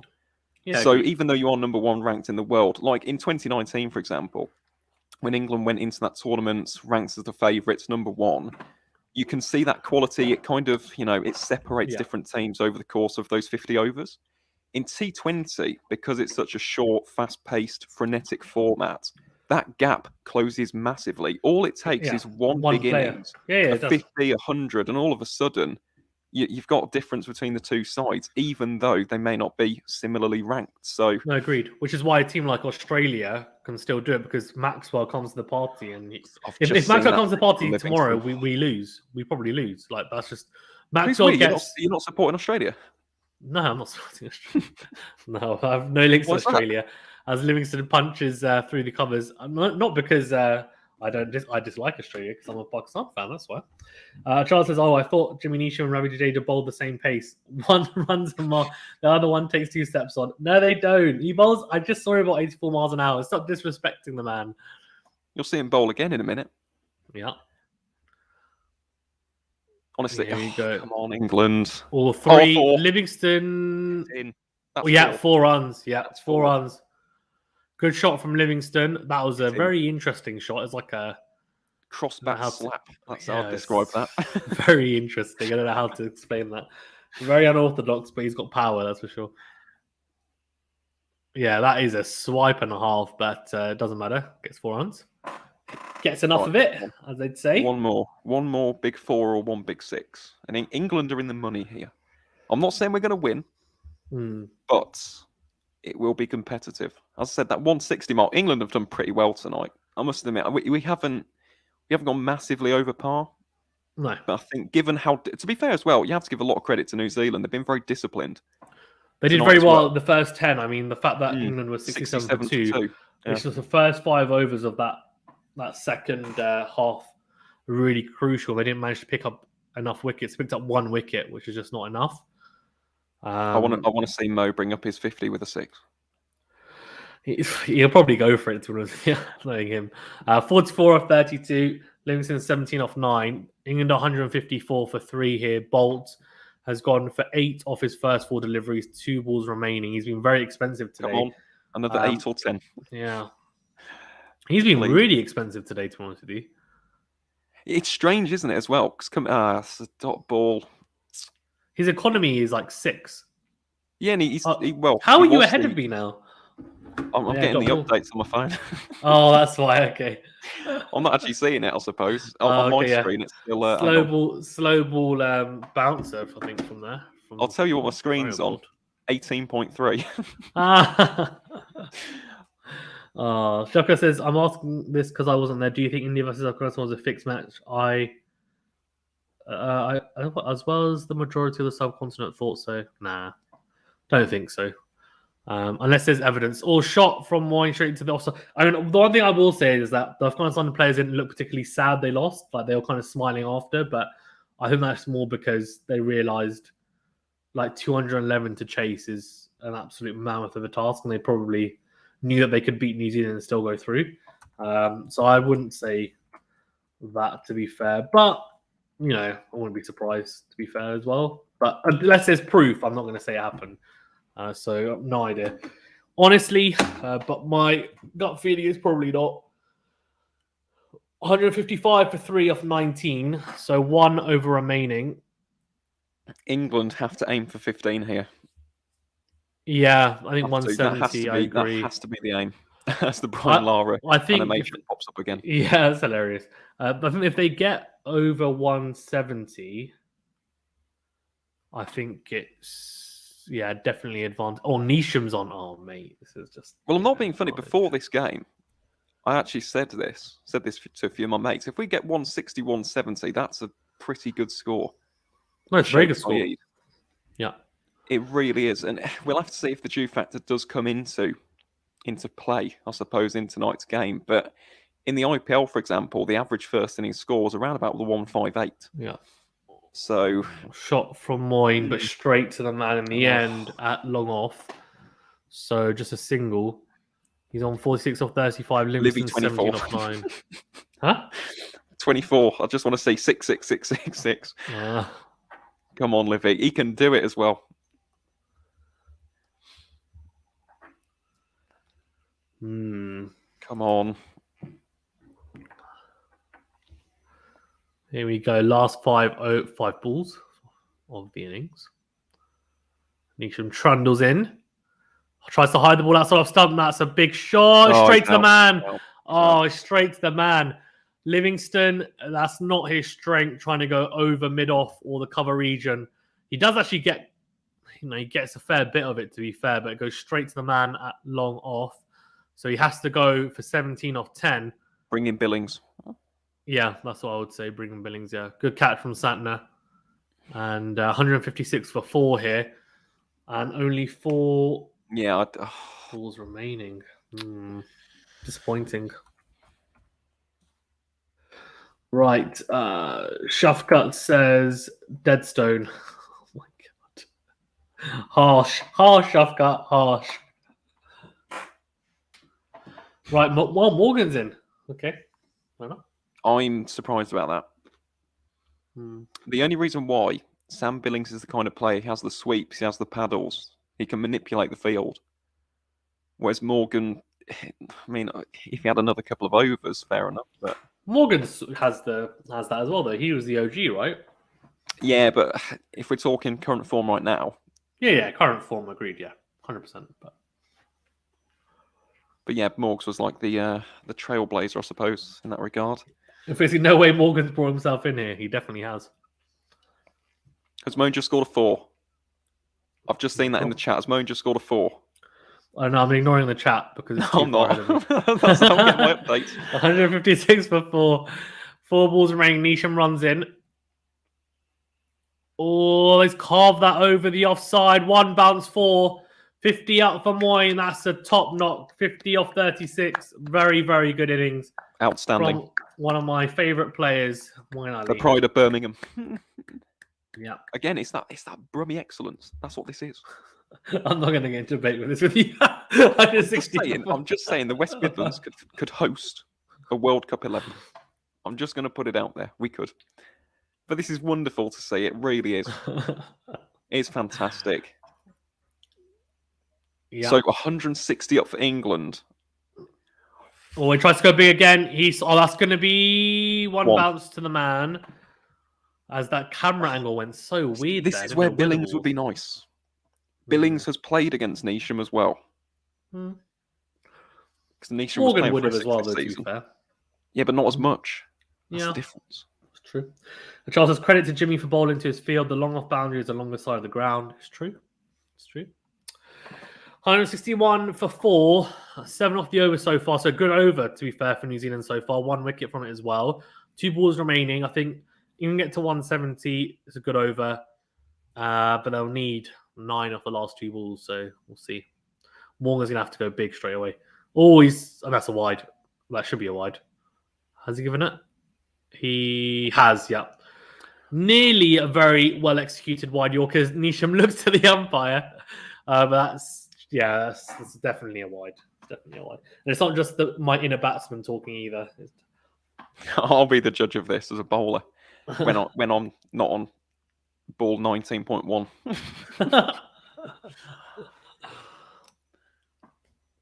Right, so here we go. 2 balls remaining still then after that wide. 2 fours does it, gets you to 170. Or 2 sixes. Yeah, 2 sixes gets you to 174. Mm-hmm. Come on. Oh, poor 2. Oh, that's poor. It's man at 45. That's a mistake. Who's it by? It's Trent Boult. Oh, he's had a horrific innings. He's not having a good game. That was that's basically, it should be a dot ball, if not a single max. The miss hit from Morgan. They do run the single, so fine, but he's given away an extra run there. Trent Boult, it's not great. Can Morgan finish this with a 6? Yeah, he's going to have to. Oh my God, that guy's going crazy in a crowd, and he's very red, so I can only assume he's been drinking. He looks absolutely nuts. It's like, come on. Oh, no. Oh. Well, to be honest, look, I'm not even going to complain about that. Oh, hang on. There you go. Nisham. On my screen, it says 166 Morgan or 4. Straight up in the air. Oh, he slipped. Oh, 166 for 4. Yep. That's competitive. I'll take that. It's a drop catch. It's Phillips. He slipped as he's catching that. Maybe that means there's due. I don't know. Oh. But either way, very, very good from England in the end. I think. Take that. I will take that from England. 100%. Yeah. Fair play. Right, Faizan, I need to head off. No worries. Daddy's calling. But it's been an absolute pleasure as always. Enjoy the rest of your fruit and vegetable platter. I will do. Thank you. And tomorrow. I'm coming on tomorrow, aren't I? Yes, you are. Yeah. See you tomorrow. Fantastic. So enjoy the rest of the game, mates. All the viewers out there as well. Enjoy the rest of the game. Enjoy it for me on my behalf, because I'm not going to enjoy the next 20 overs unless Chris Wokes is bowling. But it's been an absolute pleasure, Faizan. I'll see you again tomorrow, mate. See you tomorrow, mate. Have a good one. Right, that's Aaron. So we will get the scorecard back up for you guys and update the banner as well. Thank you, Aaron, for being on. So New Zealand are 0 for 0 off 0 overs because they haven't started batting it, but their target is 167. England ended up on 166 for 4. So I'm just going to update that for you guys.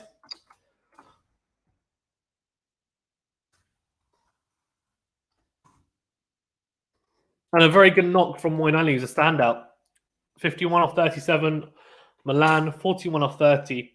Livingston, 17 off 10. But really, it was the Moeen show, to be fair. Fazan says, remember, chasing in the UAE is not as easy against quality bowling. The 2018 Australian Tour of Pakistan and UAE, Australia in late October chased in all 3 games and got whitewashed 3-0. Chasing below 160 scores. Yeah, I agree. I think quality bowling is the key, right? For sure. So I think New Zealand will have to start well and hope that the spinners don't tie them down. In terms of bowling-wise, Boult was pretty poor, honestly. Disappointing. Went for 10 and over, no wickets for him. Southey was good, only went for 6s. As they interviewed Glenn Phillips here as well, had a bit of a bowl, fielded really well as well, to be fair. Shrafkat says New Zealand will lose, it looks like. Catch miss to match miss. Very good. Horace says England will struggle. Maybe. We're about to find out. We're about to find out in the innings break. Guys, as well, thank you very much for tuning in. Please do remember to smash the like button and subscribe to the channel if you haven't already. I do appreciate it. Good to have you guys on. Let's go and have a think about how this goes. I mean, do we think England should win from here? Probably. I'd say it's advantage England, honestly. But we shall see. We shall see. Yeah, very, very interesting. Very, very interesting. Very much looking forward to the second innings as well, seeing how it pans out. We have a very, very Interesting chase on our hands. Harrison Moyne has to open the bowling and hope he picks up early wickets in game one. Moyne won't open because they've got two right-handers, so they'll probably open with Rashid to the two openers. Moyne will probably come on when they have Conway in, and also when... Who's the other left-hander? Neesham. When Neesham and Santner potentially as well.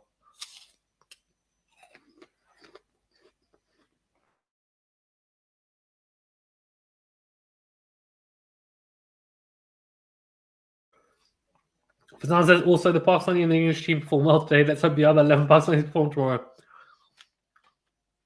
Very, very true. Alright, says come on, Pakistan, wasting over Rashid opening. No, it's not true. The thing is, I'll give him one or two, and then two more in the middle, because Moyne can bowl in the middle as well. So can Livingston. It's not a waste, it's a matchup. And it makes sense. It does. Because Gupta doesn't play spin very well either. Well, it doesn't play spin as well as pace, let's say. So, yeah, I don't think it's a waste at all. Guys, well, thank you very much for tuning in. Please do remember to smash the like button if you haven't already. It does help us out a great deal. And do subscribe to the channel as well. Thank you very much. Keep them coming with the poll as well. I'll have a look in a second to see where we're at with that, because it's definitely interesting to see what you guys think. No doubt.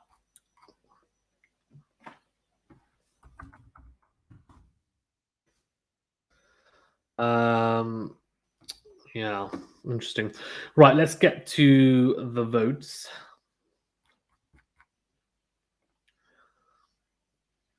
What are we looking at? Who are you guys leaning towards? England, you're leaning towards 62%. Okay, all right. Okay, I'm with you.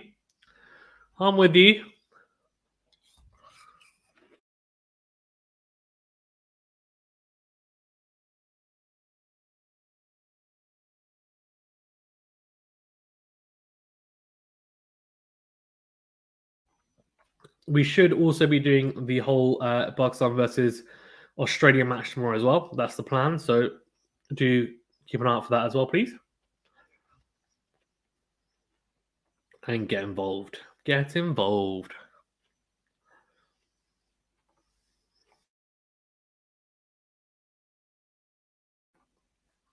Right, so England will be quite happy, I think, with that total. Honestly. Good stuff from Moeen Ali especially, which is good to see as well, I think. I'm happy that he's done well. He's a very underrated cricketer coming in at 4, doing his job. And I guess who's the better matchup from a Pakistan point of view? Is it New Zealand or England? Probably New Zealand, no? We've already beaten them in the World Cup. England, I think I'm a bit worried about England, honestly. Although, I don't know. I'm not sure. I almost feel like Australia's bowling is a bit of a worry for me tomorrow, but we'll see. We'll see. Right.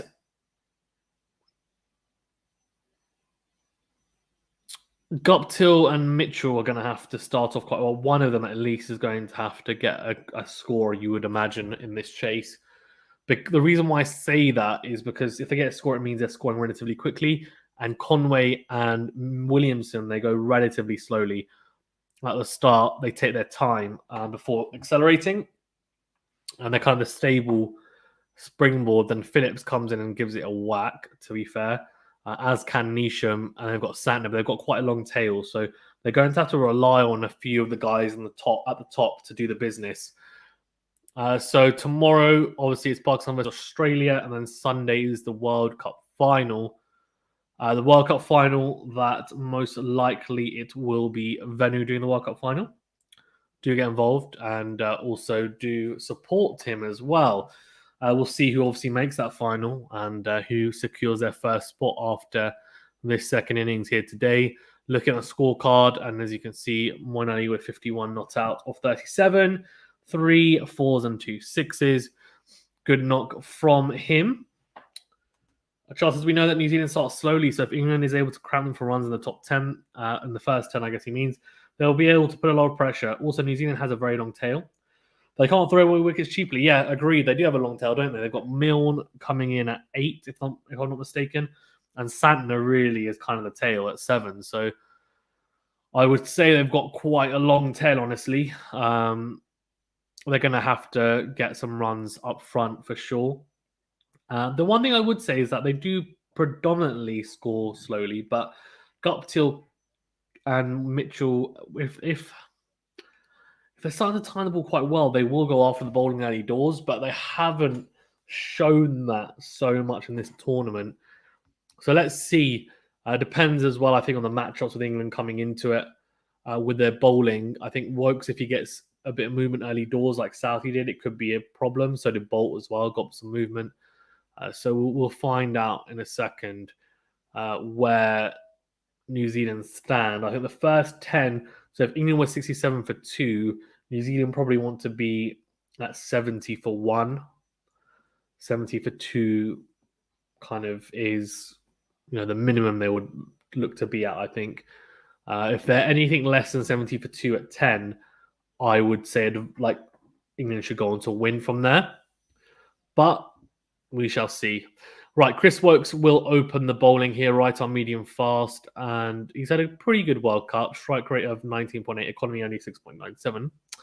5 wickets though in the 6 matches, so he's been more tight than I think in terms of his wicket-taking ability. So we're about to get underway here. New Zealand need 167 runs to win, 8.35 runs per over. Here we go. We're about to get underway. So let me change this as well. I'll come up in a second. Here we go. It'll be interesting to see if Wokes gets the same amount of movement that the 2 New Zealand openers did in the previous innings. Let's see. What's his field? What's his field? He's got a man at deep square leg and third man. Interesting. Right, here we go. Oh, he's definitely movement, but that's 4 runs to start off. And as Charles was saying about New Zealand starting slowly, they start off with a boundary. Guptill goes after Wokes. He does get movement. Even on the back of a length, that swung. That swung a fair bit. Let's have a look. Yeah, naturally swing the ball away and then pitched and carried on that arc. So early swing there, not late swing. So it's easy for Guptill to pick up, and it was on a length, and there was width. And he just puts his hands through the ball over the cover region for 4. Good start, very good start from New Zealand. 4 of the first ball. Again, similar. That time it's slightly wider and actually swinging a lot. That swung a mile, that has. Very interesting. Very, very interesting, to be honest with you. Yeah, surprising. That swung a hell of a lot. And it's carried on after pitching as well. Intriguing. Mate, can you imagine if Shaheen Afridi is bowling with this in these conditions with that ball? Oh, he's chipped up in the air. It's going to be out. Oh, that's poor. Oh, that's so poor from Guptill. What is he doing? He's just tried to flick that into the leg side, and they pick up a wicket. It's Guptill. It's a leading edge straight to the man at mid-on. It's so poor from Martin Guptill. He's so experienced. If the ball's shaping away from you, you don't go to flick off leg stump. It's clearly going to shape away. So you play with the swing or you play with a straight to bat. Let's have a look. Yeah, it's poor. It's really poor from Martin Guptill, honestly. Yeah, not a good shot whatsoever. So well bowled from Woke. Set him up, actually, to be fair. Couple wider and then one straighter kind of into the pads on a length, and Guptill has to go. Trust they start with an 8.35 run rate. The challenge for England is how many overs will it take to turn it into 10? That's the KPI. It's true. No, it's a good point. It's a good point indeed. Right, so a big wicket for England there, and Martin Guptill has to go. Disappointing, honestly. Really, really disappointing if you are a Kiwi. Just that's a big wicket, man. It's such a big wicket. Martin Guptill. I mean, he's so crucial to New Zealand's chances. So they will be pretty upset with that, honestly. Not ideal whatsoever, honestly. Yeah, not ideal whatsoever. Right, Kane Williamson comes in. Flicked into the leg side by Daryl Mitchell. Well, that should be, yeah, that's a single.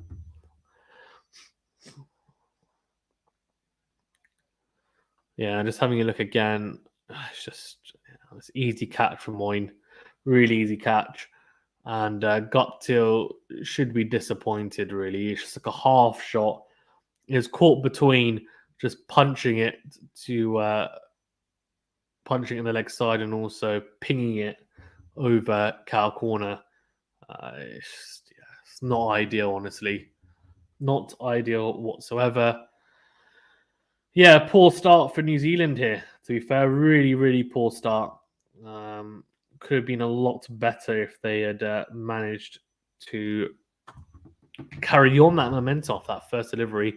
Well bowled, really well bowled by Works again, shaping away on that length, and he's going to be a nightmare to face if he's going to bowl like this, honestly. He will be a nightmare. He will be an absolute nightmare. Yeah, very, very good, to be fair. Very, very good from Chris Works. He's bowling so well. So well here.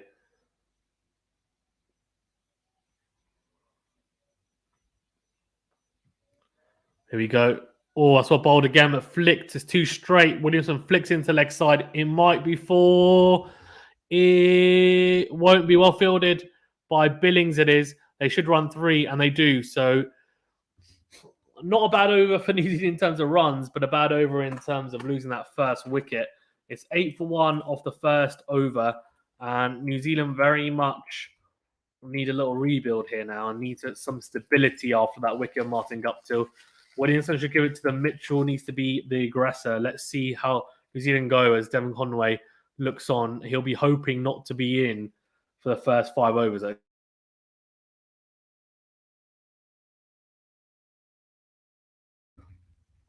Yeah, not ideal. Not ideal, is it at all? It's disappointing, to be fair. You just look at it and think these guys could have done a lot better. It is what it is, I guess. It is what it is. We shall see. We shall see.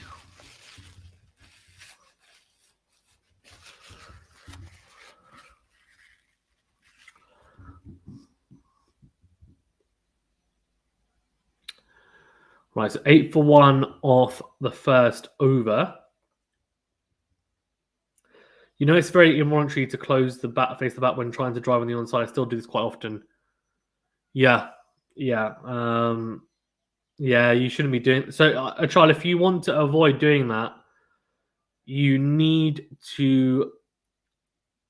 It's quite. It's a difficult thing to do, but you just need to keep your shape. No wrist, so rigid wrists, and you just get throwing balls and just practice your on drives in the nets, underarm throwdowns, rigid wrists. No, do not like hit it like using your wrist at all.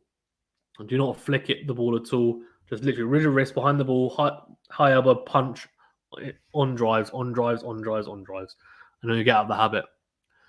But I mean, Martin Guptill, knows his straight, and he's a pro cricketer, so I think that's just a mistake in the moment. But yeah, well, ball from Jordan here, 2 dots to start off the over. So interesting choice, to be fair. They would have looked at the matchups. Obviously, maybe Jordan to Williamson is a matchup. No other Rashid, probably because Kane Williamson is such a good player of spin, you would imagine. So they've just thought we're not going to go with him because we want to either save him or we think, well, actually, Kane Williamson, that will be comfortable for him and we want him to feel uncomfortable. We want to squeeze him, which does make sense as well. Or a bowled from Jordan as Williamson nearly chops on. He's just bowling a good line length and he's struggling here, Williamson, to just get him away. I mean, Jordan is very, very tight when it comes to... yeah, he's very, very tight. Is Jordan to the stumps there. Well bowled. Very, very well bowled.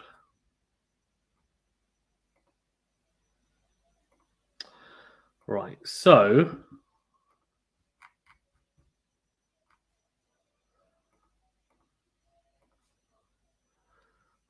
yeah, well, ball just on a length, but on the hips of Kane Williamson as he just flicks that into the leg side for a single. Very interesting to see actually how Kane Williamson goes about his innings. Is he going to go about it in the same way? Is he going to take his time and then accelerate, or is it going to be a case of, you know what, I need to score a bit quicker here? You'd hope so. You'd hope so. Let's see. Let's see.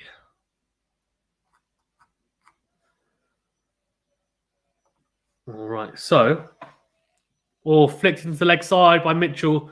That should be two. That's a good shot, you know. It's well fielded. Oh, it's down Milan, I think. Is it down Milan? No, Livingston had to, in the end, throw that inside the boundary because he slipped. And that's 3. It should be 3. Let's have a look. Yeah, he got there, and then he's sliding onto the boundary. He's lost his balance, so he throws it back in, goes over the boundary, comes back in. Yeah, clever fielding. So 12 for 1 here. Only 4 off the over, though. 1 ball remaining. This has been a very, very tight over from Chris Jordan. Williamson and Mitchell will be looking to just keep it ticking. Keep it ticking.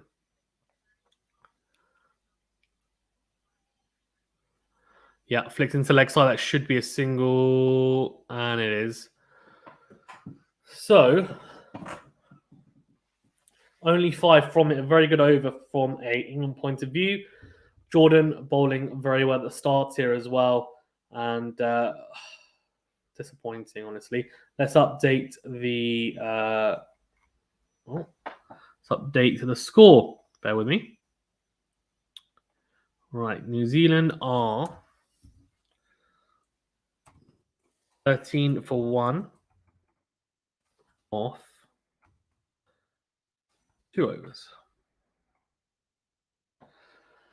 Yeah, a very interesting start here. They've obviously got Conway at 4, Phillips at 5, Neesham at 6, Sandner at 7, which I said is just a really long tail. Really, 5 people make up the tail there. It's not great. It's not ideal.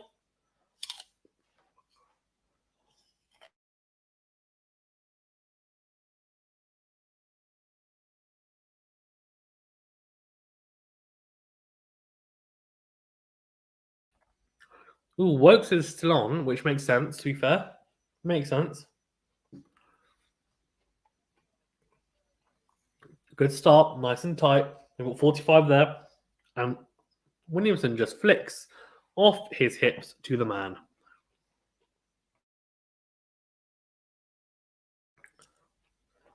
Charles says, I respect the versatility of Kane Williamson's batting. He plays the ball really late and adapts to it. Maybe one reason why he doesn't have a very high stroke rate too, because he isn't premeditated. Yeah, it's true. He plays very clever low risk shots. The thing is, what I would say is that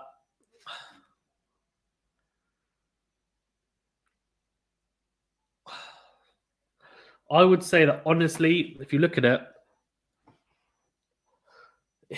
maybe that's why he's such a good test batsman, maybe not a good T20 batsman, because he doesn't go hard enough at the ball. He does play it late. When you play it late, you lose a bit of power.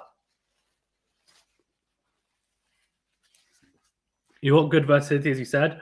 You'll be able to nudge the ball around and have very good control, but it means you bargain, you trade some of that power for control, and that's just the way you play. So, yeah. With spin, it's different because he uses his feet. He's got momentum going through the shots. With pace, it's all about running it down and using that. Showing the highlights of Moyne's innings, a very good knock, 51 off 37. And would love to get him on the show, man. Imagine getting him on the show. 1 million views. Yeah. A couple of biggies as well, especially that pull for 6 off Milne. And just a good knock, I think, overall. Very good, accomplished knock from an accomplished player in Moeen Ali. Right, good start here. Oh, that might be out. That's going to be out. Oh, that's poor from Williamson. It's really, really poor. It's really poor. And T20 format is just not his format. It really isn't. 3 dots, and then he goes to use the pace of Wokes and just help on its way, almost paddle him over the keeper, and he's gone. He goes for the paddle over the keeper, doesn't get enough of it, and it's Arda Rashid gets round. Good catch in the end. England. I've got 1 step, 1 foot inside the final, I think, at the moment here. It's 13 for 2, and they just look completely outgunned here. A little bit how Australia did against England, honestly. How Australia looked like they were completely outclassed against England. This is kind of like how this is shaping up at the moment. New Zealand very much are going to need someone to step up here. All it takes is 1 player, like Moyne, to step up and get a 50, 60 to get you on your way. But someone's going to have to do that. And if they don't, they're not going to win this with 20s and 30s. So let's see. Let's see. Conway is very good. He's class. As is Phillips. And to be fair, Mitchell's a very good T20 player as well. Neesham can potentially do it, but they don't have much batting, so they're going to have to get moving sooner rather than later. Devon Conway's in, T20 ranking of number 7, and New Zealand very much... They're reeling here, man. They're absolutely reeling. Shame, to be fair. I mean, we want a competitive match. Or we're bowled. We're bowled by Wokes. It just seems like an absolute nightmare here, to be honest with you. If you're a... I don't know, if you are a New Zealand fan, you're watching this thinking, what are we doing? We are in trouble. And you would be, to be fair.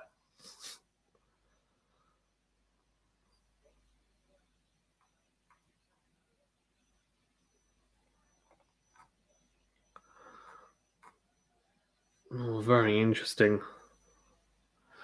Very interesting. It's an unbelievable over. It's a wicket maiden. How many of those do you see in a T20? He walks off, and Aaron will be very happy. He's a massive Chris Wokes super fan. So 13 for 2 off 3 overs, and he's 2 for 8 off his first 2. Flipping heck. If I'm England, I'll just keep him on. Keep him on. Why not? Why not? Fitzy4578 says, what was the co-host? Sorry, I forgot the name. Aaron. Yeah. So worried about England walking it. Yeah, it's true. I think he was more cautious probably, and you just never know in cricket, to be fair. It does take one. Look, it's not over yet. It just takes 1 player to step up and get some runs and make it close. But, yeah.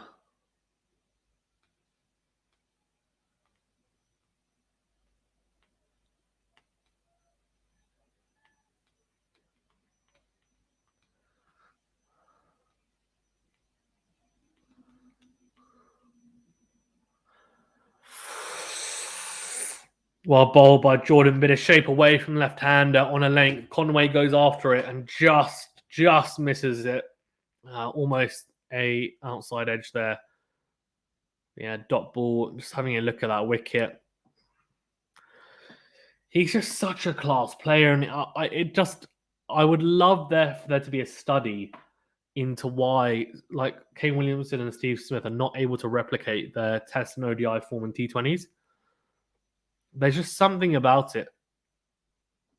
They're not bad players in T20s, no doubt. No, they're not. But they're just so good in Test matches, especially, and in ODIs, they're damn good as well. What is holding them back in the T20 format to take them to that elite level? Because they do struggle. It's just not as natural to them. Win predictor says 74% England, and I'm sure that will rapidly rise unless the Kiwis manage to... they're going to have to start motoring here. Jordan running in. Conway still yet to score off the first 2 balls. Oh, he goes wildly trying to punch that into the offside. 88 miles an hour from Jordan on a length. Really tight lines and lengths in. England have got their plans and they're sticking to them. And Seems to be the difference really is that they've got so many different players and personnel to be able to deal with different types of players and problems and be able to problem solve with the players that they have at their disposal. Some players might not even get a game because, like Moyden against Australia, but then he'll come here, he'll bat a 4 or get a 50. They're just so interchangeable and they're able to do different roles when needed. Whereas other teams, they rely on certain players, and England are not like that, to be fair. They're not. They have this white ball dynasty. It's a dynasty. It's a white ball dynasty. So wide there from Jordan, but the only run score of the over so far. New Zealand are struggling here. 14 for 2. The current run rate's 4 and over. They need to start finding the boundary. After that gut till boundary, the first ball of the over, they haven't found it. And they have struggled profusely. Short from Jordan. Conway goes to Paul. He's struggling here, Conway. He's struggling with the accuracy of Jordan, and he's bowling quite quick at 140 Ks as well. So this is sharp and accurate bowling from Jordan. Hitting the splice of Conway's bat there. He's late on that shot. He's very late on it.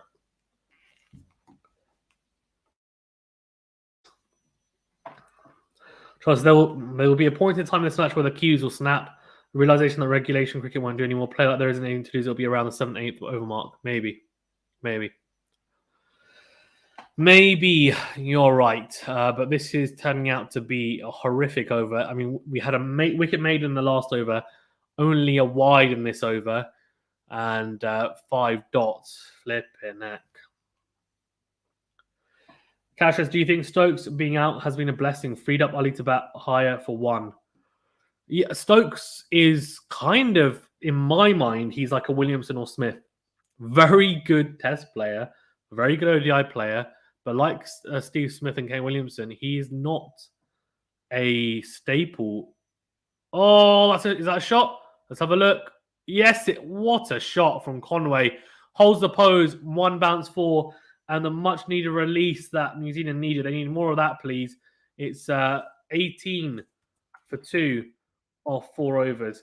Yeah, Cash, I agree. I mean, I think with England, they don't really need him because they've got such good white ball players. Otherwise, Australia and New Zealand can't afford to not have Steve Smith and Kane Williamson because they don't have that strength and depth in the T20 format. But England do. And Moeen Ali, as controversial as it might sound, he's a better T20 player than Ben Stokes. Liam Livingstone is probably a better T20 player than Ben Stokes. Ben Stokes is not that good a T20 player. If you look at his record for England, it's not great. Yes, he's a match winner because of his ability, but in terms of his consistency and his all-round usefulness in the England side as a T20 player, right? I'm talking about just predominantly T20s. I agree with you. I personally don't think he gets into England's best 11 in T20s. That's just my opinion. I said it before, even before we knew that he wasn't coming. Or Mitchell tries to go big. He's gone straight enough that he splits the fielders, and that will be 2.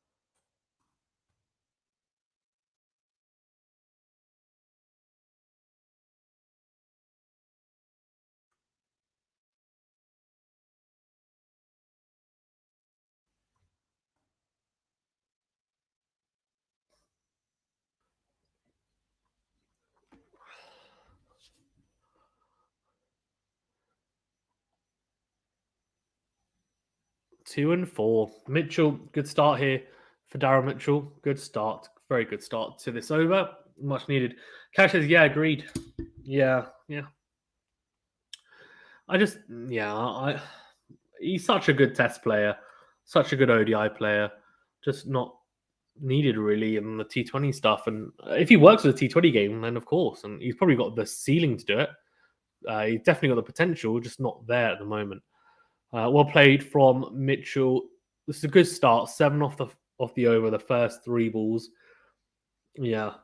Charles says the last 3 balls have brought some lift back in the Kiwi camp for sure. Agreed. Yeah, agreed. Yeah. Cat says, although I do think Williamson can be a good anchor when at his best. Yeah, and I think that's the issue, when at his best. I don't think we see that enough in the T20 stuff. If you look at his record on Steve Smith's, it pales in comparison to their records on ODIs and Test matches, and that's what I want to find out why there's a disparity there. I don't think the T20 game is, what's the word, as suited to the style of Steve Smith and Kane Williamson. They're so used to being able to be disciplined outside the off-stump and leave balls. In T20 cricket, you don't have that luxury. That's the problem. But yeah, it's interesting, isn't it? It's very, very interesting. Anyways, Fantasy League most points, Moyne 80 points because of that 50, well batted. Woke 68 points, obviously bowled very well so far.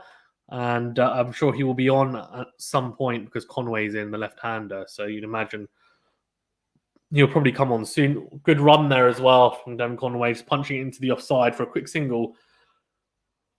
8 off the over so far. This is much better from New Zealand. Much, much better. If they can get a single or 2, or who knows, even a boundary off this last ball, then it'll be a very, very good over, to be fair. Having a look at the replay, yeah, I mean, this wouldn't have been a run out. It was a sharp fielding effort from Chris Jordan, but no, no wicket there. Man, they're sweating buckets out there. It looks very humid. Right, Mitchell's 11 off 7. He really crouches in his stance, doesn't he? Interesting. He's very he's not hunchback. I don't think that's the right word. He's just he's hunched over is the right word. So dot ball, good end to the over for Wokes, but a decent over for New Zealand. 26 for 2, 5 off that over. They need a couple of double-digit overs to get them back on track. They're going at 5s here.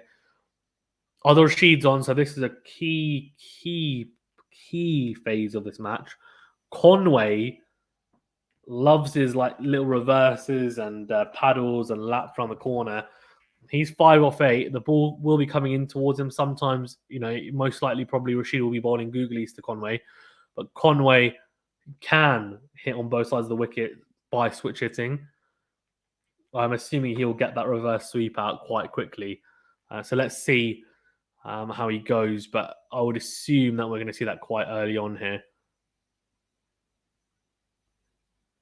Okay, it's 26 for 2 or 5. Let's see now what Rashid can bring to the table. They'll need to hit him, honestly, because they've just given away too many overs of low scoring. They can't afford to just play out a bowler now, honestly. Kane Williamson looks on. He's just, yeah. Third highest ranked bowler in the T20 format. Although Rashid economy this tournament of 5.84. Ridiculous. 8 wickets and 6 matches so far for the Englishman. Yeah, good to start off. That's a good shot from Conway. That's a very good shot off the back foot. That should be 4 runs. Very good from Devon Conway. Gooey to start off, but it's too wide. Devon Conway cashes in off the back foot, punches it through the covers, and a Kiwi fan is celebrating right next to Englishman, and the English fan does not look impressed because he goes all the way over to the other seat doing this, and he's not happy at all. A very good shot, by the way. Good timing from Devon Conway. And a good start to the over. They need that. They need a bit of intent. Well bowled. A good, well punched down the ground from Devon Conway. Very good.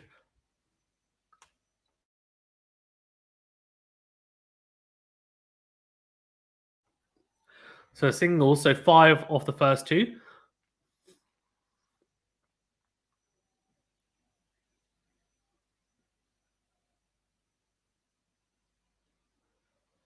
All right, here we go.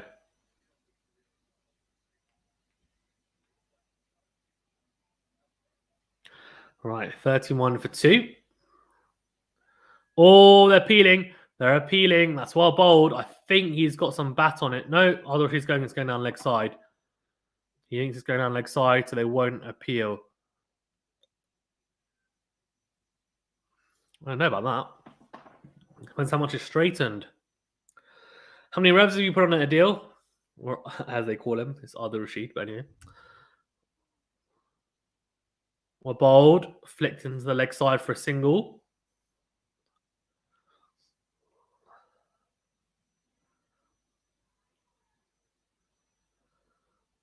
Yeah, it's an interesting one, isn't it? I think at the moment they are very much the Kiwis in a precarious position, honestly.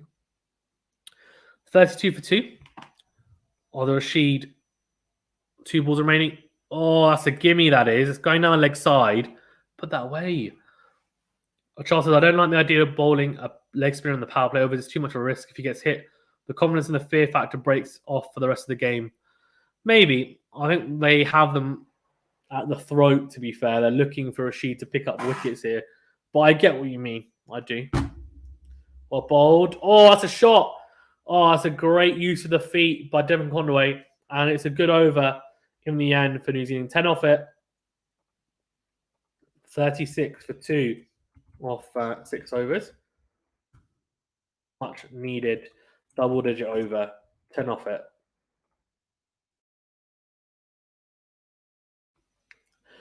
Devon Conway is class, man. Absolutely class. Love him. Absolutely love him.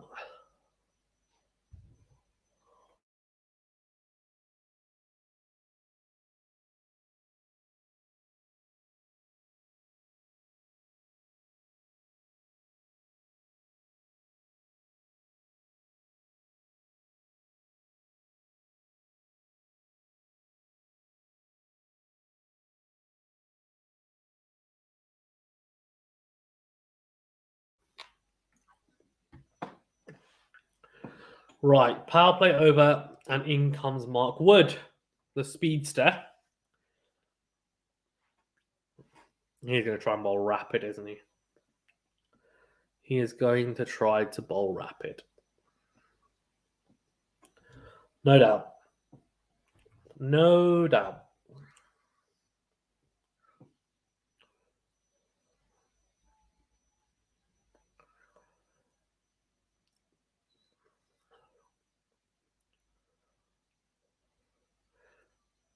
Yeah, well played. 86 miles an hour to start off.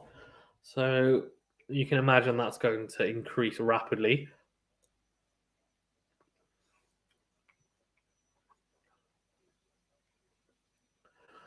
Right, 36 for 2. 4 balls remaining. Sorry, 5 balls remaining off that first ball. A dot to start off the over. Mitchell needs to start going now. He needs to start being a bit more purposeful in his strokes.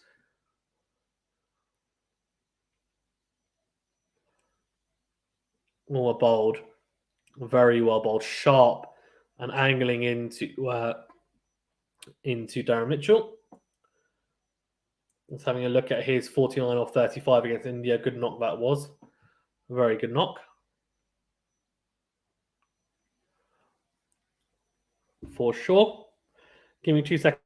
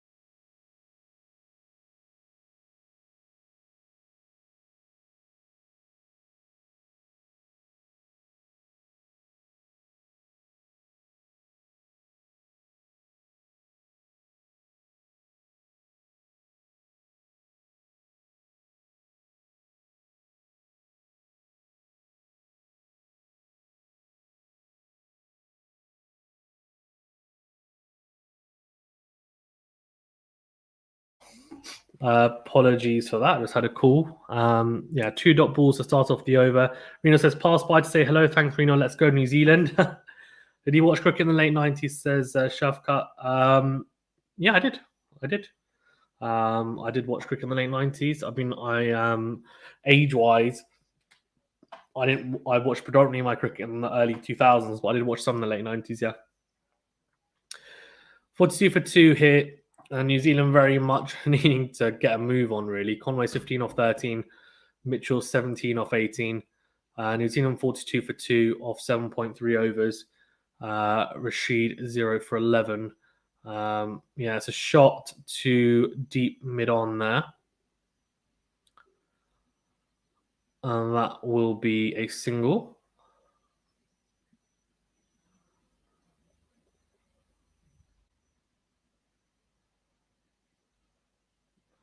So the current run rate is 5.61, required is 10.05.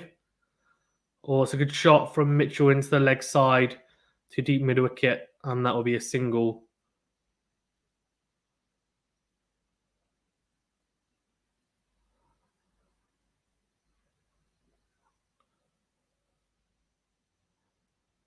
So 44 for 2 or 7.5 overs. Shot from Devon Conway down the ground to the man at deep mid on. That's 45 for 2 off 8. So very, very good. Over for Rashid, only 4 from it. Well bowled. Well bowled indeed.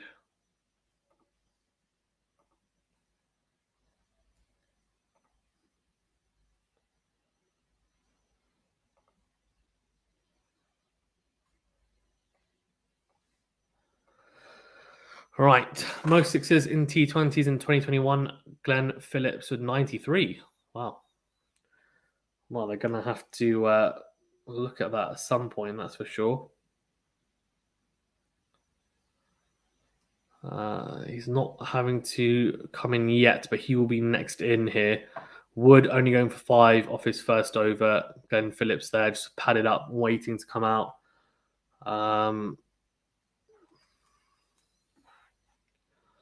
Yeah, 45 for 2 here off 8.1 overs. They need to start getting a move on. The target's 167. They're just trundling along here. New Zealand, Conway and Mitchell, they've been in for long enough now. 16 balls for Conway, 19 for Mitchell. Going at just a runnable, both of them, if not a bit below. Last ball, 150 Ks. He's starting to ramp it up here, Wood. Starting to bowl quick. Yeah, well bowled, but flicked into the leg side towards long leg by Devon Conway. Well bowled and well played.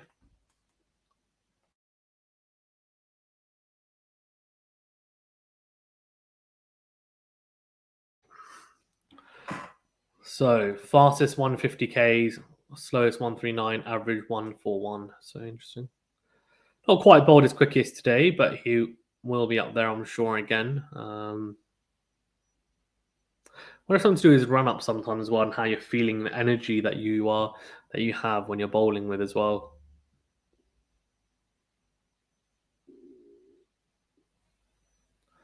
Oh, that will be a wide, I reckon.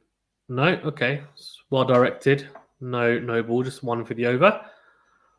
Well bowled by Mark Wood.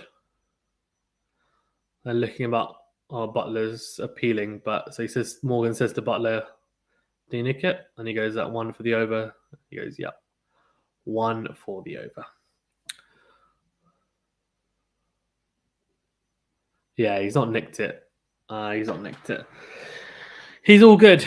Right, so only 1 off this over so far. 3 balls remaining. They're just stuck in the mud. Stuck in the mud on New Zealand.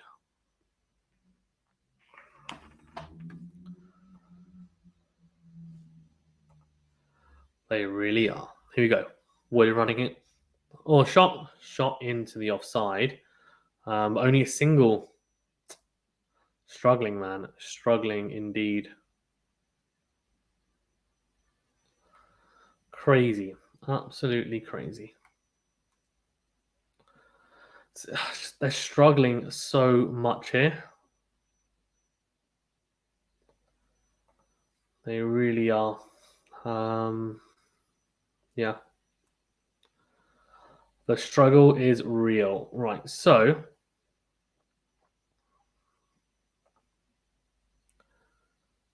2 balls remaining. Oh, a bold, but another. They scamper for a single. Oh no, run. No, I was going to say run out opportunity, but there isn't. It's well done from the batsman scampering there for a single. Well done to them. In terms of votes, 62% of you thinking to win, 38% to New Zealand. Interesting. Very interesting. I would have expected it to be more actually to England now. I'm not sure where New Zealand are going to go from here. They look very, very stuck. I'm quite sure what they should be doing. Pulled into the leg side, they run a single there. And Bairstow comes in. Oh, it should be 2. Yeah, it is 2. It is 2. Hits the stance, but they scamper for 2. 49 for 2 off 9 balls.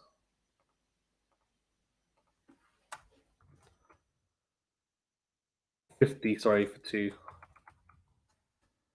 off 9 overs even, sorry, 9 balls.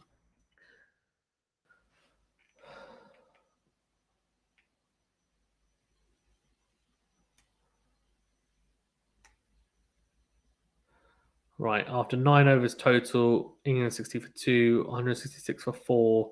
They were New Zealand 50 for 2 at this point.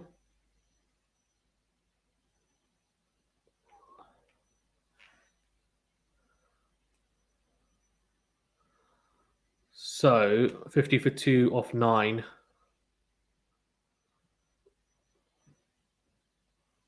And Livingston's on. Liam Livingston is coming on.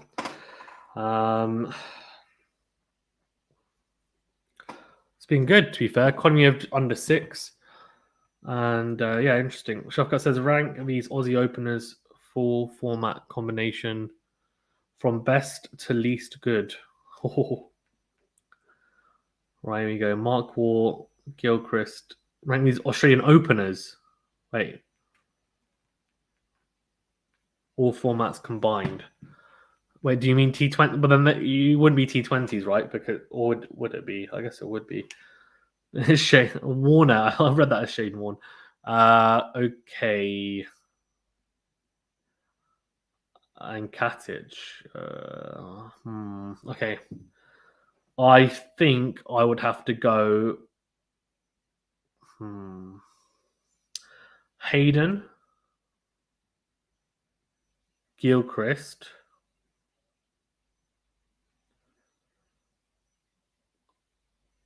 Warner, Waugh, Langer, Finch, Katic. No, Watson, Katic, Haddon. That's my list. That's my order. Anyway, think 52 for 2 off 9.3 overs here. Only 2 singles. Oh, it's boring, man. Come on. Come on, guys. Come on. New Zealand, man. They're boring me to death right now. I predicted they would win. I went left field and I said New Zealand would do it. But at the moment, it's not looking that way. They're just struggling here. Like, I need to go for it. That's better. Is there a man there? No. It's one bounce to that man from Devon Conway. Devon Conway starting to open up now. He needs to. I mean, Mitchell's supposed to be aggressive, and neither of them are really like opening their arms.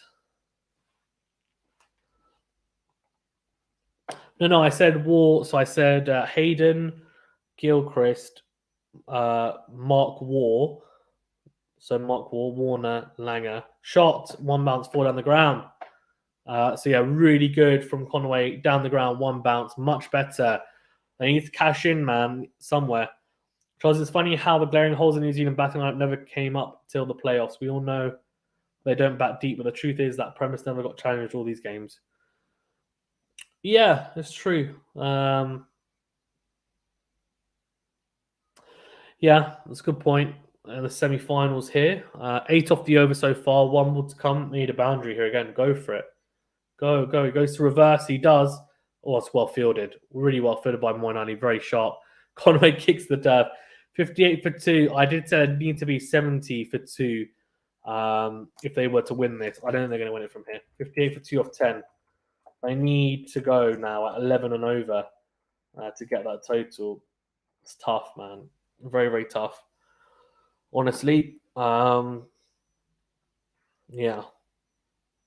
extremely tough stuff.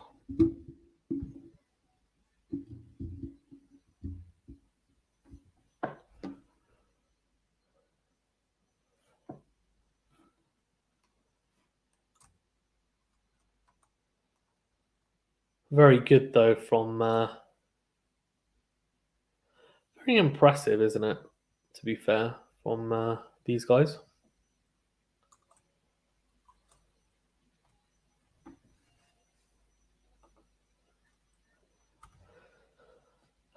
I've been impressed with England. They just absolutely suffocated New Zealand, honestly. Not great. Not great at all.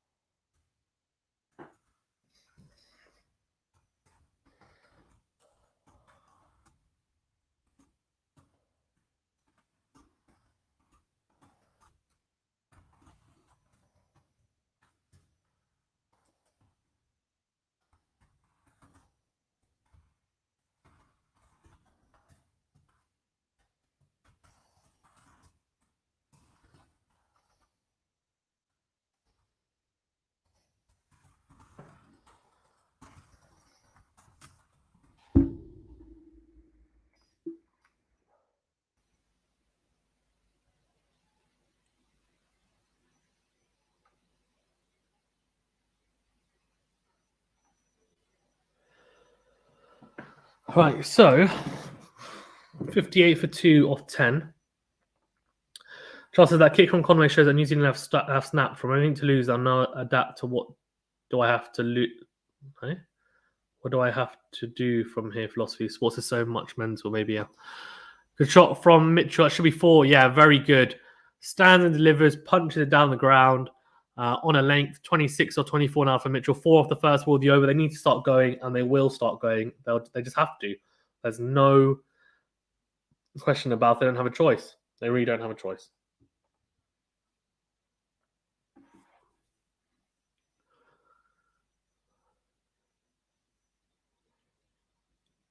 $62 for 2 off 10.1 overs. Wood running in here.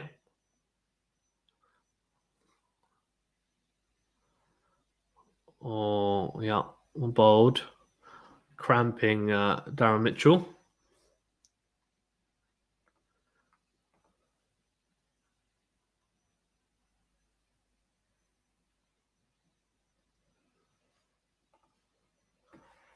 Wood just, yeah, he's trying to cramp Mitchell there. It's well bowled, honestly.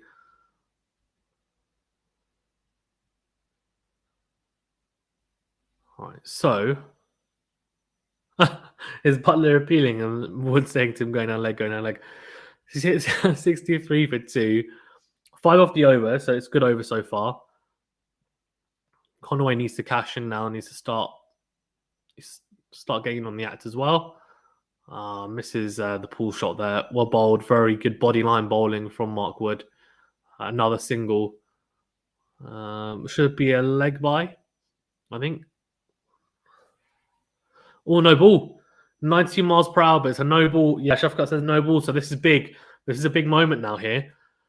This is a chance for Mitchell to just tee off. You have to now. It's free hit, just go for it, but needs to make it count. At least a 4. At least a 4 here. Kick start the innings. Kick it. Make this over. Be a big one and go from there. He has to. He really has to. So free hit. Much needed runs here. No ball as well.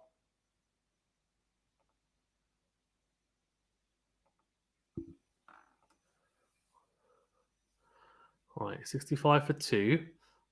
10.2 overs.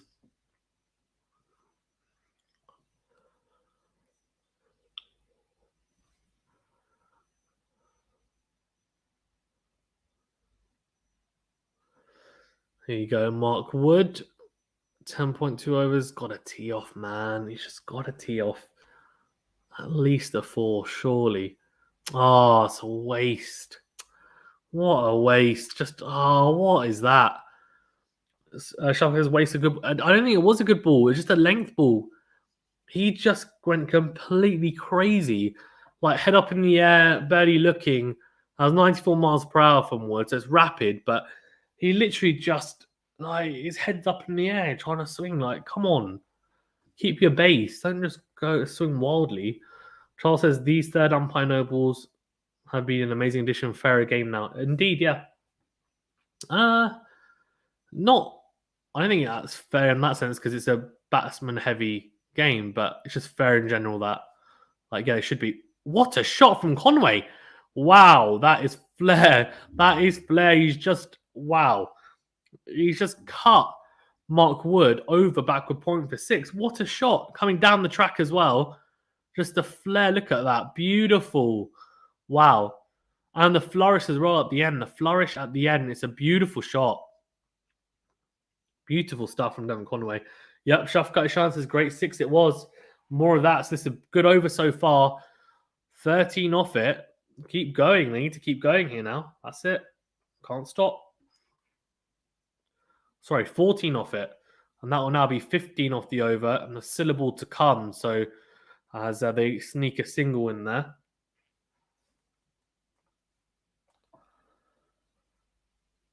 Shakan Ishan says, long time since I've seen one from the third man. Yeah, it's true. True indeed. 1 second, guys.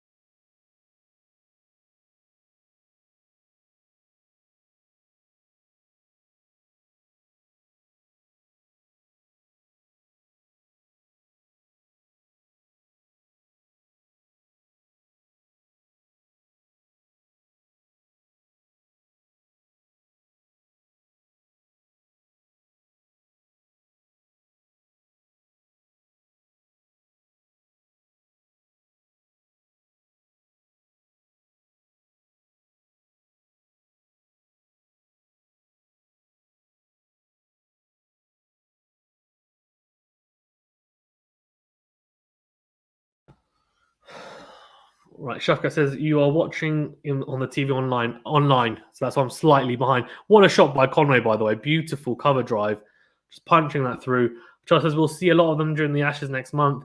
I still remember how Gill ripped apart the Australian bowlers in the 5th Test of Gabba. 6s over 3rd man to Stark.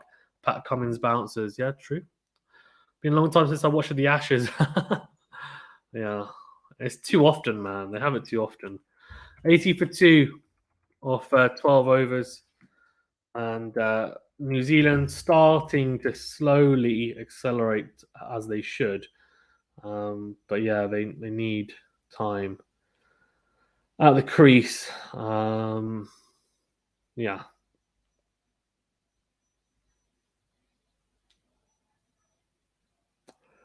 We shall see. We shall see.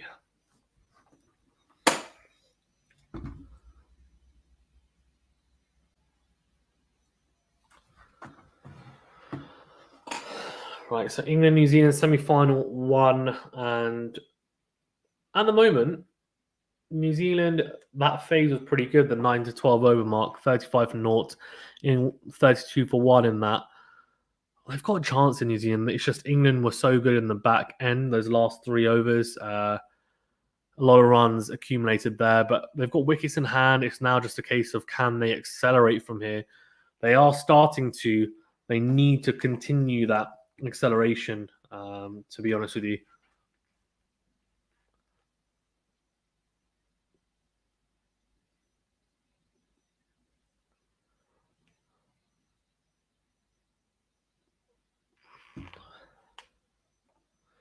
Shaka said, I think Latin countries would do great in cricket given the chance.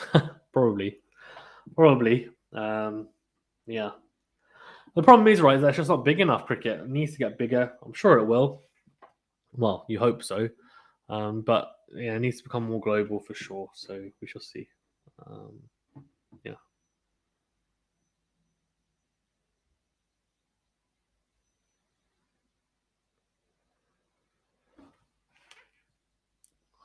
Right, 82 for 2. A run and 1 leg by.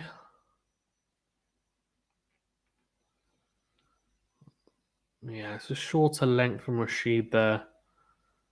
Yeah, just not Mitchell not waiting for that one enough.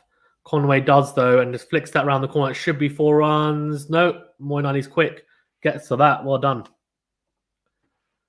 Well, interesting. Shafak says, do you know that street cricket is getting popular in the slums of Argentina and Brazil? I didn't know that. It's quite cool. Thank you for that.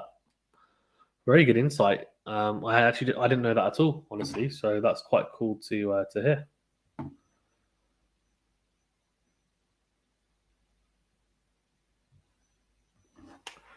Or reverse sweep from Devon Conway straight to the man for a single. I feel like they need to be a bit more aggressive with Rashid. Conway used his feet to win one of those overs, and they need a bit more of that, please. Use your feet, and yeah.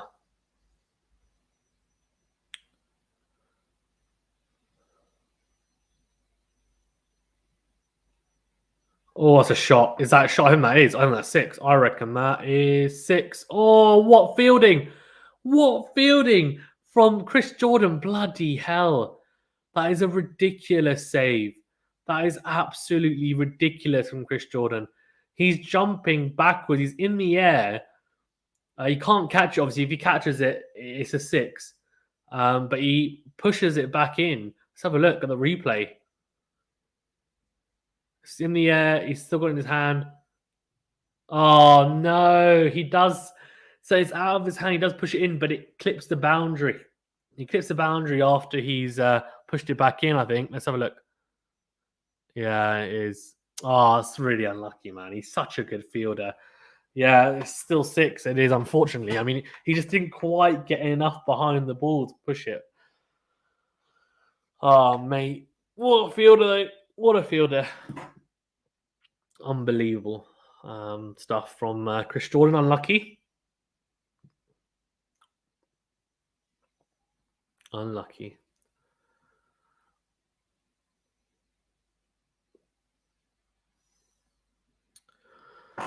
Yeah, 6 given. So it's interesting. 91 for 2, 1 ball remaining.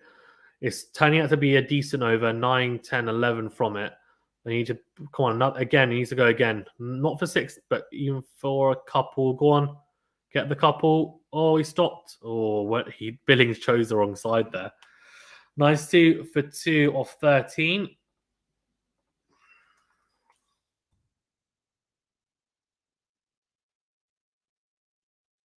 New Zealand this has been a good rebuild. I'll give them a lot of stick, but they managed to get into a decent position. They're starting now to hit, a bit more aggressively, pick their spots.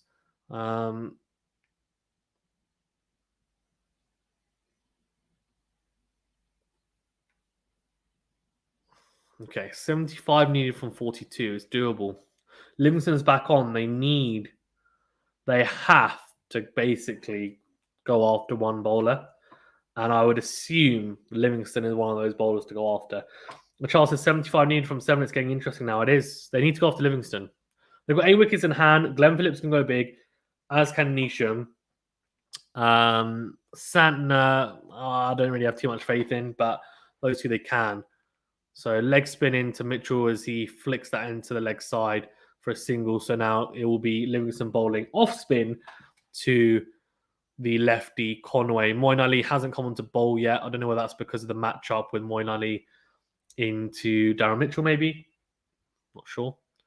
But I guess if I had 2 lefters at the crease, they probably would bring Moeen on. But it doesn't look like Moeen's going to get a bowl today, actually. It's interesting, but it is what it is, I guess. Shafkat says hitting spinners is a big challenge. It depends, I think. Obviously, you need to pick the length early, move your feet as well for the most part helps. But as Conway tries to go big there, doesn't get all of it, but luckily he doesn't, because if he got more of that, that would have been out. But it's just 1 bounce to the fielder. So that's 2 there from Devon Conway. He's 46 off 36. He needs to start motoring, as does Mitchell now. Both of them need to start being more proactive, doing what they're doing, either singles or twos as a minimum each ball, and looking for the boundary. Bad ball, you get it. Bad ball, you get it. Bad ball, you get it. When I mean you get it, I mean you hit that for 4 or 6. Was that a caught and bowled opportunity? Oh, not kind of. This is a chance. Yeah, one-handed, wasn't it? I think it was. Conway does use his feet. Oh, he's gone. Oh, that you cannot be getting out to Devon. You cannot be getting out to Liam Livingstone. You really can't. It's just he's not a bad bowler, but he's a part timer. Like if you get out to him, I just feel like it's just that was a reckless movement from Devon Conway. Really reckless. Yeah, just not moving his feet correctly there. Yeah, out. Big wicket as well. Big wicket. Now 2 right-handers on strike, and you'd imagine, I don't know, they might send in Neesham, but I'd assume New Zealand normally have a pretty rigid batting lineup. They don't. It's not as flexible as some of the other teams, like England, for example. So I would guess that it will be Glenn Phillips come in, but they are now definitely in a pickle. It's a big wicket, man. I mean, this was it. They needed to keep going for a little bit, a couple of overs, and start upping the tempo. And then if one of them gets out, fine, because they've started to lay the groundwork to accelerate. Mitchell now is really very much in his hands to stay in and get others to start hitting around him as well. But yeah, big wicket and definitely changes the scope of this chase now for sure.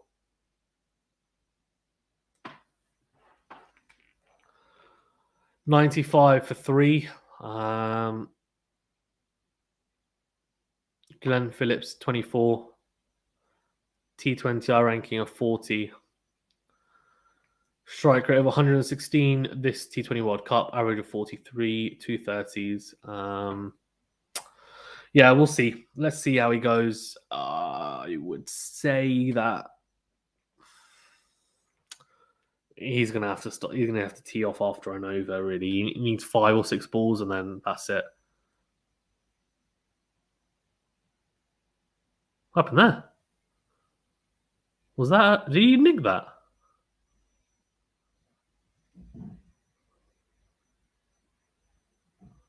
What's going on?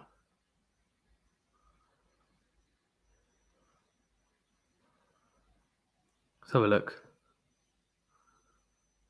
Oh, it's a bye. So Buttler missed the ball and then went to take the stumps off. I was so baffled. I was like, "What is going on? Has he just outside edge that or what?" Yeah, well struck by Mitchell, but it'll just be a single to the man at deep mid off. So that's good over for Livingston, to be fair. That's very handy from an England point of view. Very, very handy. 97 for 3 off 14. Conway, he's not even looking at the ball. He's even, like they just showed the replay. He's not looking at the ball. He's not looking at the ball. Head up in the air. It's just a poor shot. And he punches his bat because he knows he's set. He's set. Shafka said, do you think Australia should have won a T20 World Cup trophy so far? I think not. Though they are a big team in T20s, they've failed to show it. Even if they win this time, doubt they will. Yeah, they haven't. And to be fair, at the admission of a lot of Australians, they haven't given and placed much importance on T20 cricket. That's been the problem. And because of that, they haven't had the success. As simple as that. They've relied on talent, and they haven't really placed much importance at all on it. They haven't taken it seriously, and that's why. But yeah, I don't think they are, and they shouldn't. They don't deserve to. I don't think, oh my God, Australia haven't won it. I think Australia haven't won it for a reason.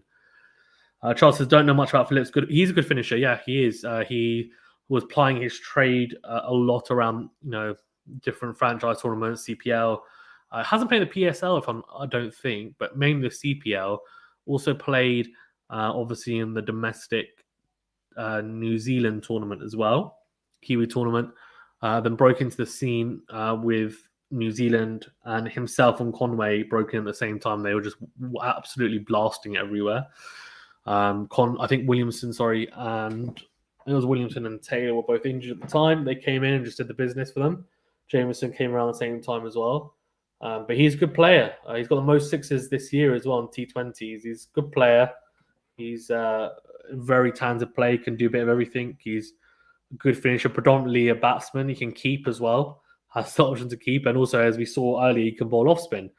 So, and he's a gun fielder. So he's just one of those guys who can do everything. A bit like, I guess, an AB de Villiers kind of, in terms of, having multiple facets to your game, where clearly batting is your predominant discipline. So Wood only gone for 2 in this over so far.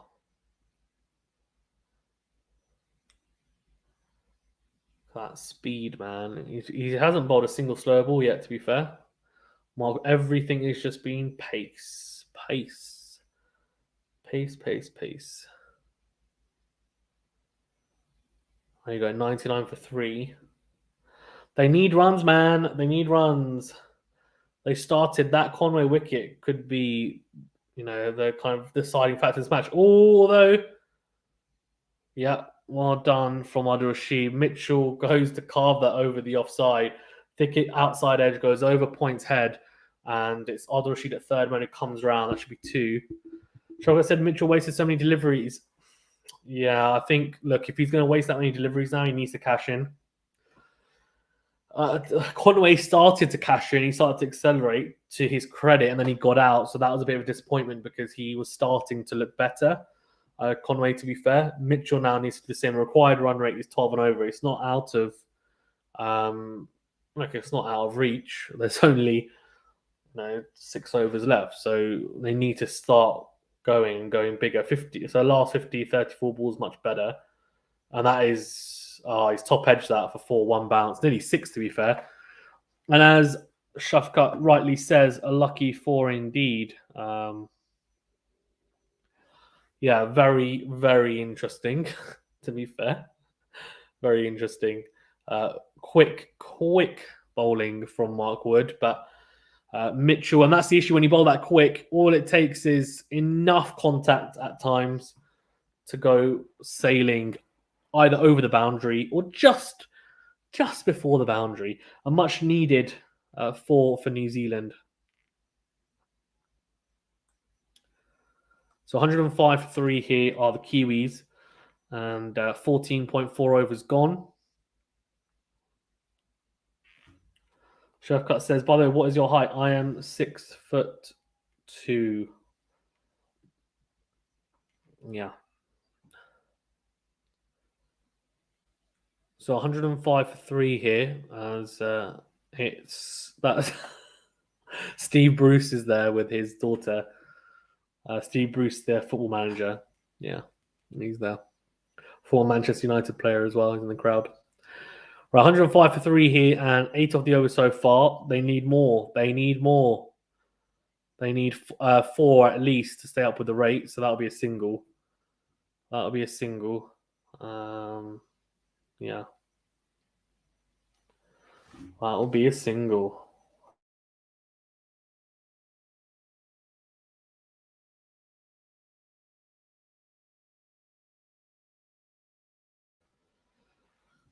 Right, so Daryl Mitchell, they need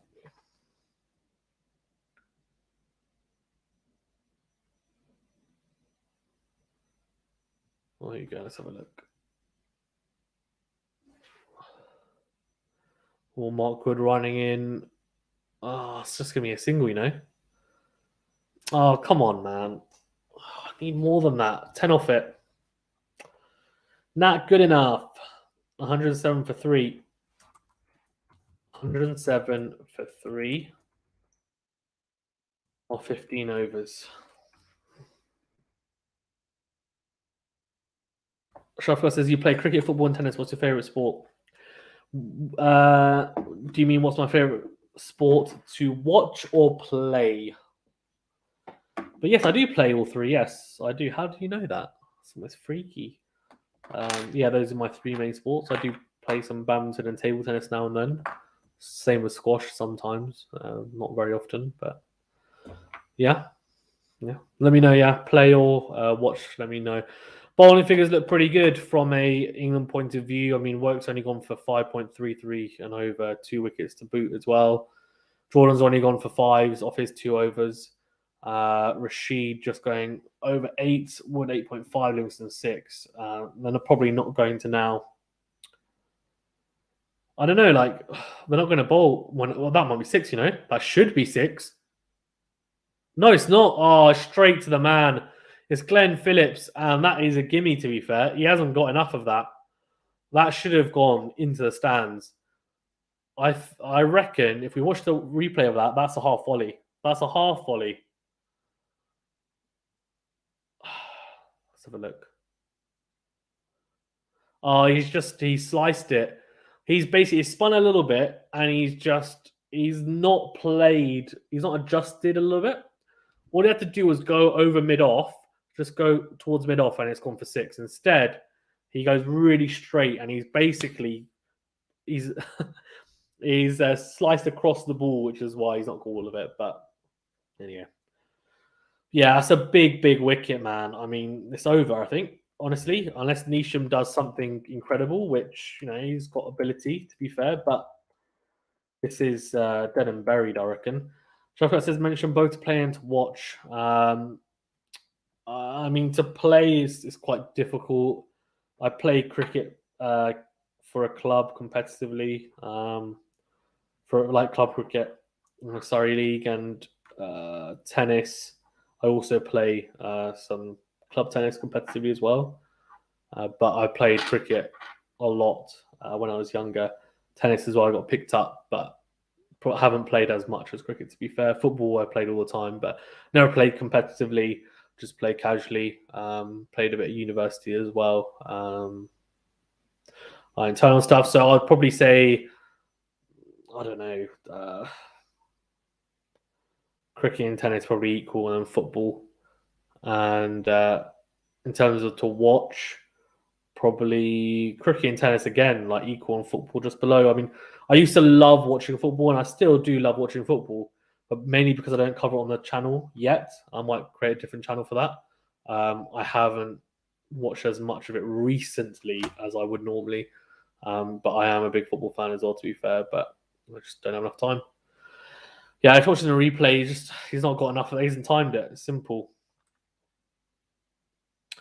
Yeah, I don't know if it was a bad shot, Shafka. I just think it didn't execute it well enough. It was there to be hit. To be fair, it was in the slot. This could be a wicket maiden, man. There's flipping 2 balls left, and it's not good enough. Mitchell, come on! Mitchell's been in for ages. That should be 2. Oh, it's well done from Livingston.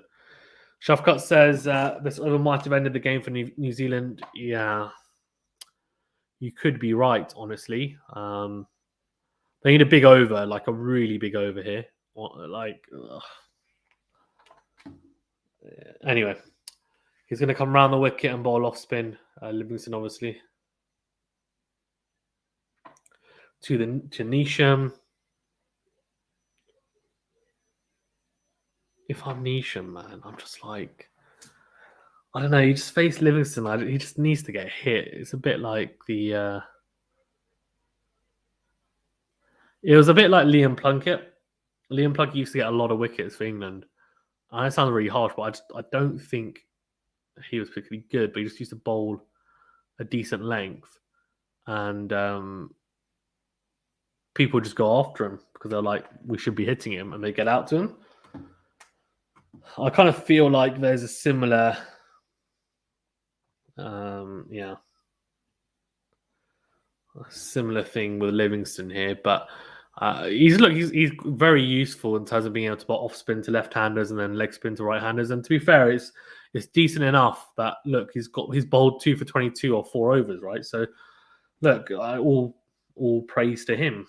Very, very good stuff from someone who's clearly an innovative cricketer. Finished towards the back end as well. So we've got all these cricketers, especially from the England side anyway, they're all pretty 3-dimensional, which is something that you need to be nowadays, I think, and a lot of teams are lacking some of that. Obviously, you have your maybe two or 3 batsmen, and like your strike batsmen, strike bowlers, but then you need people in between who are able to give you different looks. And I feel like England have got that in abundance, to be fair. For sure. So 110 for 4 off 16 overs, 4 overs remaining. Jordan is back on. It's only gone for 5s. They need to go at a very high rate here now. It's 4 overs remaining, so 57 they need.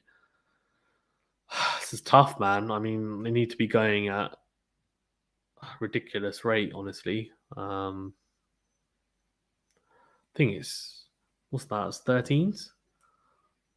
It's a 13.5, I think, an over.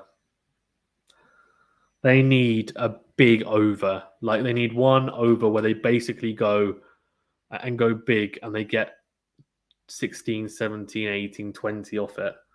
Cryptic says England going to win. It looks that way, but what it takes is one big over and it changes the dynamic of the game. So that's what they'll be looking to. They've got a very clever field for Neesham. They've got a deep mid on, a cow corner, deep mid wicket, and deep square leg, and that's what you have for him. But he doesn't care. He goes over the leg side anyway. That's 6.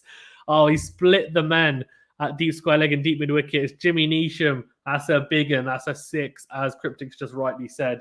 Yep.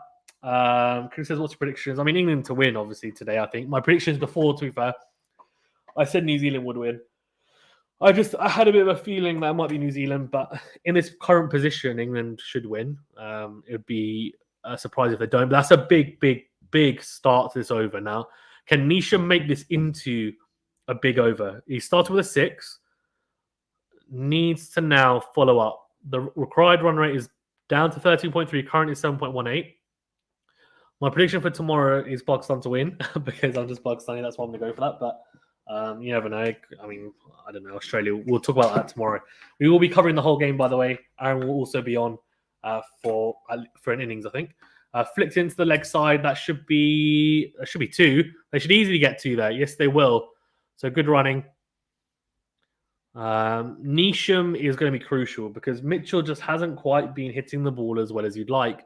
46 off 40. He's going to have to start chipping in now as well. He's hit 1 6 and 3 4s. He's been in a long time. He shouldn't really be expecting Nisham to just tee off from the off, really. 7 off 3, so that was a 6 and 2 leg bye. It doesn't matter how you get your runs, right? It really doesn't matter. Nisham won't care. He'll just want runs for the team. Doesn't care about runs for himself. It needs to go, though. They need to go here, so let's see. He needs to just keep on going. That's a wide, so this is good from a New Zealand point of view.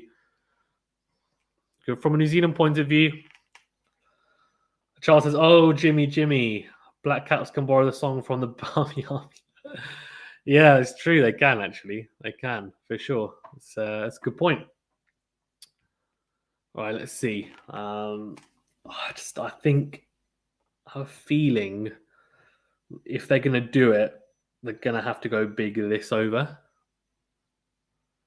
So now this is really the... they're going to have to do it here, aren't they? I mean, as in, when I say do it here, I mean they're going to have to go big here. So interesting. They've got man moving to deep mid-off. They brought the man in from fine leg. So surely he's going to go across the stumps. No, he's not.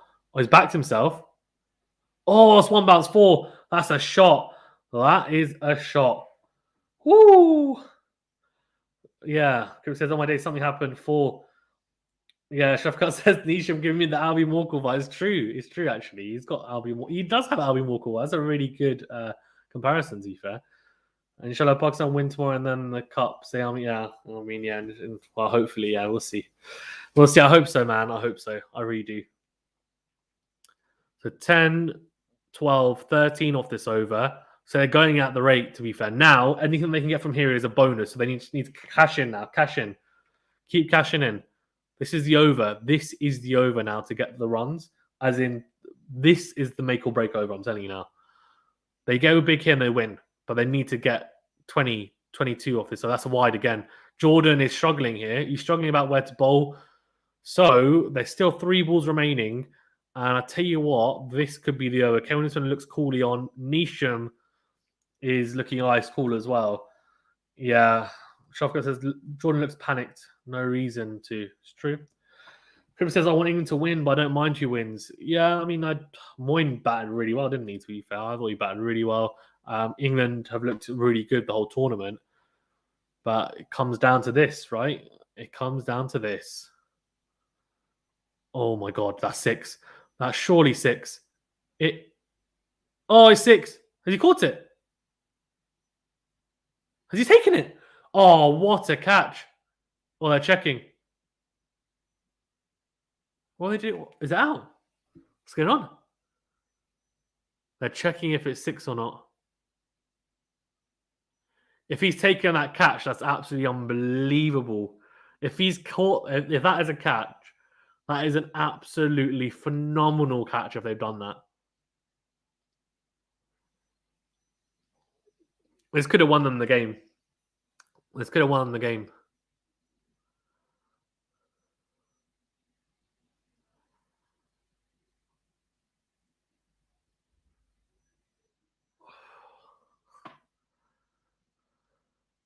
Let's have a look. Here we go.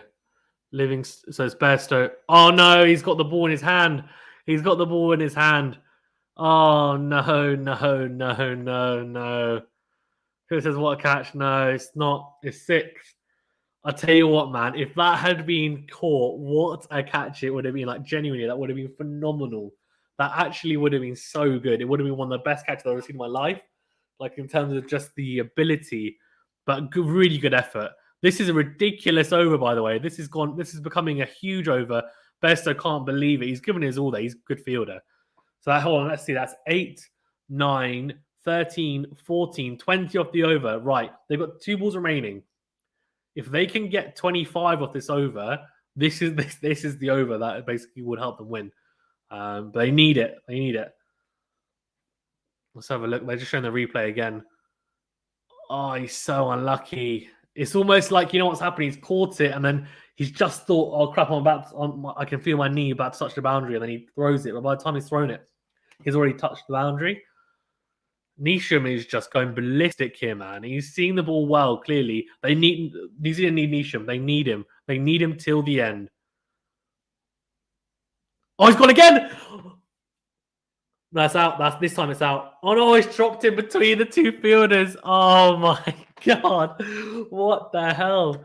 What the hell? He said sorry. Why is he saying sorry? Is there miscommunication there?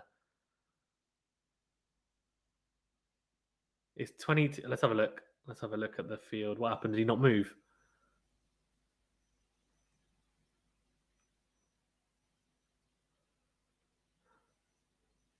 Oh no. Livingston didn't move. He thought it was towards Bairstow, and it's Jordan telling Livingston, Livo, move. He hasn't moved. Charles says, drama, this honest, but Grip says, giving me 2016 World Cup final vibes. He is legit batting like the left-handed version of Carlos Brathwaite. Literally. That should be one. Okay, that's a very, very good over. Game on here. Game on. That's 23 off the over. Jordan looks so upset. That, I'll tell you what. 33 off 3. They should win this. They should win this from here. New Zealand should win it from here. They should. 34 needed from 18 balls. It should be done, man. Should be done. They should do it. Charles says, don't forget, Jordan needs to bowl one more. Game on. Yeah, I mean, Jordan is normally quite good, to be fair, at the death. He's got absolutely ripped apart there, and that happens. And it can happen to a bowler in a T20 in T20 stuff. So, yeah, I don't know. I would say that realistically, New Zealand are actually they should win it from here. The only problem is Mitchell, who just doesn't seem to be able to quite be in full flow. They just need to get Neesham on a strike and then hope that Neesham can just keep going. But yeah, they should get it from here. The biggest issue that they have is that next in is Santner, and Santner doesn't really. Oh, Rashid's on crap. Oh, this is going to be a nightmare.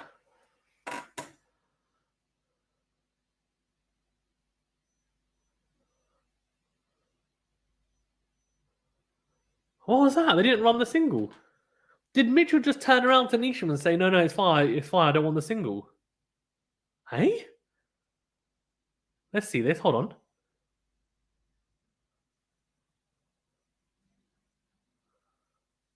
Oh, that's big, and that's why he's told Jimmy Neesham, you can do it by yourself, mate. It's the left-hander. He's like, this is the matchup. I don't need to be on strike. I'm struggling with Adil Rashid. I'm struggling as a right-hander. But you know what? I trust you, Jimmy. I trust you, mate. You're going to do it for us. And that is a huge shot over square leg for 6. He's on one knee. Slog swept him for 6. Shafkat says another one unbelievable. Jimmy Neesham. It is fireworks here for Neesham. Absolute fireworks. It's 85 meter 6. He's targeting those smaller boundaries on the leg and offside. He knows that the straighter ones are bigger. So he's just heaving away to the leg side. 28 from 16 needed. Jimmy Neesham, man, is just teeing off.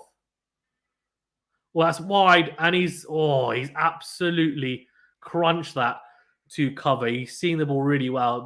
They sneak in a single. Daryl Mitchell now, there's a lot riding on his shoulders. He has not looked comfortable against Adil Rashid. This is a really big moment here because he's going to have to generate some runs here. 7 of the over so far. There's 3 balls remaining. They need at least 11. So they've got the 1 out. I don't know what that means, but in terms of the... Obviously, that's the matchup, like tactics. Charles says, Jimmy Neesham, the new Ben... Well, mate, don't say anything yet. There's a long way to go still, but it could be the case for sure. It could be the case for sure. Here you go, Rashid. Oh, that's short. That should be 6, but I think he might have picked up the man. Oh, it's 6. Oh, it's 6. And that's Mitchell's 50, and that's what you need. He's really good off the back foot, Mitchell, when it comes to driving off the back foot. That's a big boundary as well, man. That's 83 meters. That is a big one, and they need it. And to be fair, we said he wasted balls at the start, but if he manages to get New Zealand over the line, then it would be well worth it. That's what I mean. If you eat up balls early on, then you've got to make it count down the stretch. He's starting to do it now here with that 6. Needs to carry on. That's a 50. That's a big 50 for Daryl Mitchell as well. Needs to carry on going. New Zealand They are in the driving seat. I'm telling you here, 21 off 14 needed. They should do it from here. They should definitely do it from here. If they don't do it, they'll be disappointed. They really will. 52 from 41 for Darren Mitchell. Strike rate of 127.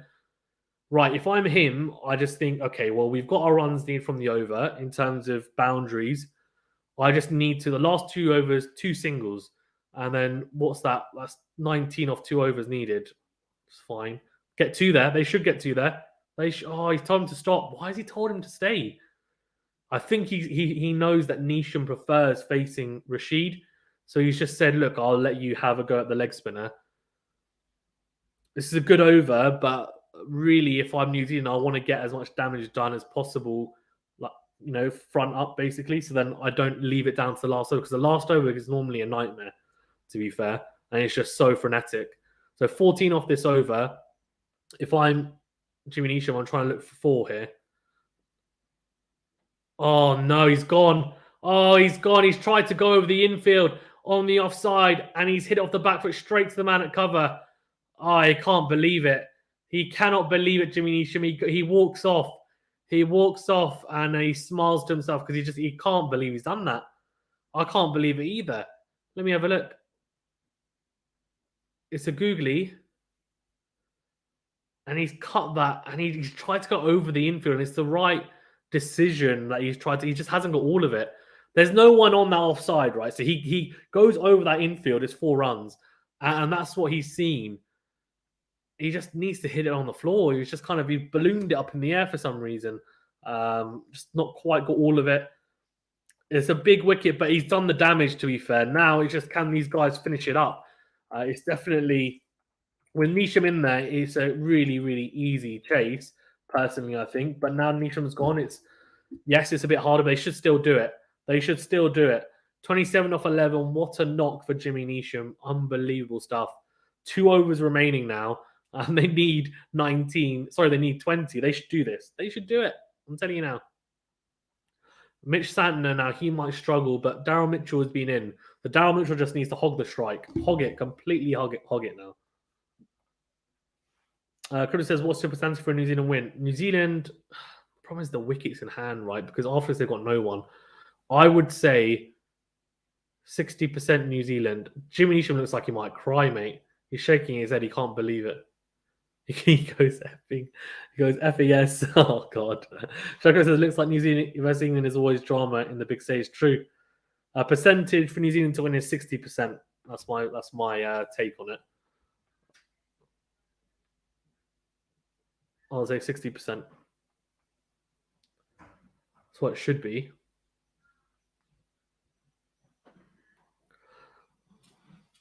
Who's won the last over scriptic? So Wokes is on now. So I guess it'll be Jordan. I think it'll be Jordan last over. This is a big over. The penultimate over is always, for me, I feel like the biggest one. Because that's where you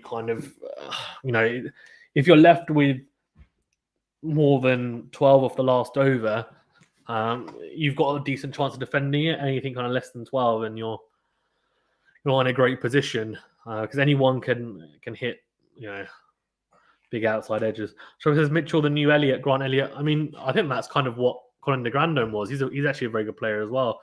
But him and Darren Mitchell, they've got 2 all-rounders there. Jimmy Neesham's a bit different to those 2, but yeah, they're both very good, to be fair. Oh, that should be 2. They need to run quickly. They need to run. Go, go, go, go, go. Yep, they do. Needed 2 there, and they get the 2. So they can win this with 2s, really. But you'd assume there'll be a couple of dot balls in there, or a single. So they'll need to pick up a boundary here and there. Let's having a look at that wicket again. It's the right play. He's leant back on that shot. Neesham, it's almost like half and half. He hasn't quite committed to going over the infield, and he hasn't committed to getting over and hitting along the floor. And I think he got stuck there because he thought, but if I go along the ground, I might not get all of it. Oh, Mitchell's gone high. Oh, that's 6. Oh, he's gone over the man at long on. I thought that could be caught at long on, but it's not. That's 6. Shaka says another 6. Crib says New Zealand have won. No way. Charles Shah said, I call it super over. No, please don't. Please, I need to go. I need to go. I don't have time for a super over. Oh, mate. Ridiculous, by the way. What a shot. He's so good at that shot. He's just basically, he doesn't move his feet. It's just on a length and he just swings through the line over long on. Like his power. 12 off 10. That's it, man. It's done. They should win from here now. That's it. If they lose from here, it's like, what have you been doing? Get it done. 2 blows and it's done. 2 blows and it's done.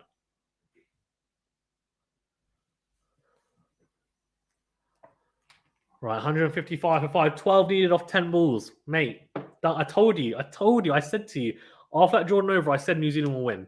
And they should now from here. I mean, if they don't win from here, man, I don't know what's going on. Roy looks like he's about to cry, mate. Can't believe it. If New Zealand do this, man, it's a great... I actually predicted New Zealand to win the World Cup a year ago. I stuck to it. Oh, shot! Oh, that's a huge hit! What a hit, mate!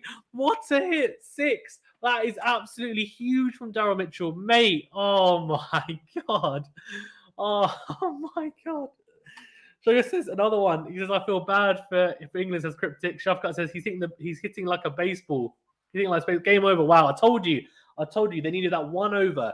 That over off Jordan that killed them. That was it. Game over. Because from here, anyone in the last 3 or 4 overs can go even at 15 and over and they'll do it. But they needed a lot, right? And then that over that went for 23, 24, 25, whatever it was.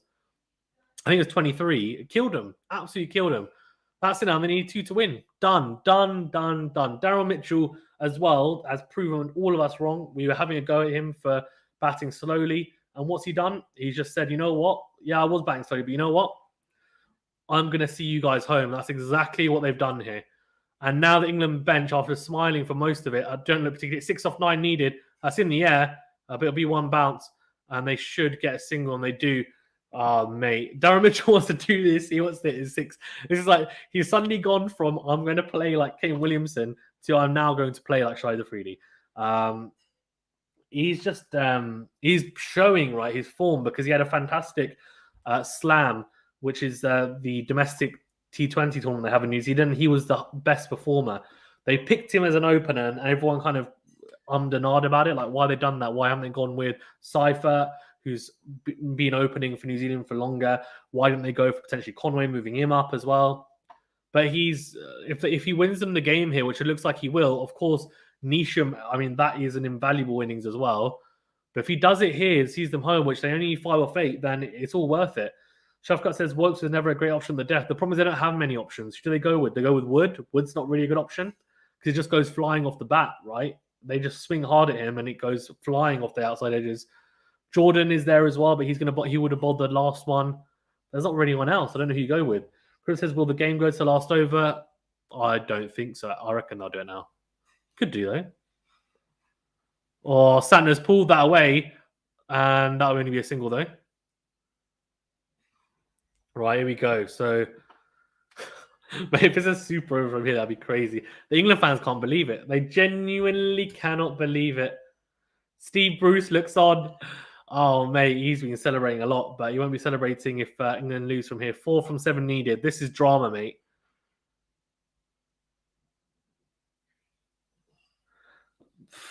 This is absolutely crazy. Flipping heck. Shafkat says, feeling sad for the beautiful looking British chicks on flipping heck, Shafkat. Charles says, Daryl Mitchell has played 2 innings here. Shafkat, you can't be married. Says, has played 2 innings here. The first 35 balls and the rest. First 35 got New Zealand into trouble, rest one in the game. Things I don't know, you say that, but sometimes you need one player to do that and the rest need to do well. But here you go. Oh my God, it's a full toss. That is just dross from Chris Woke, sorry.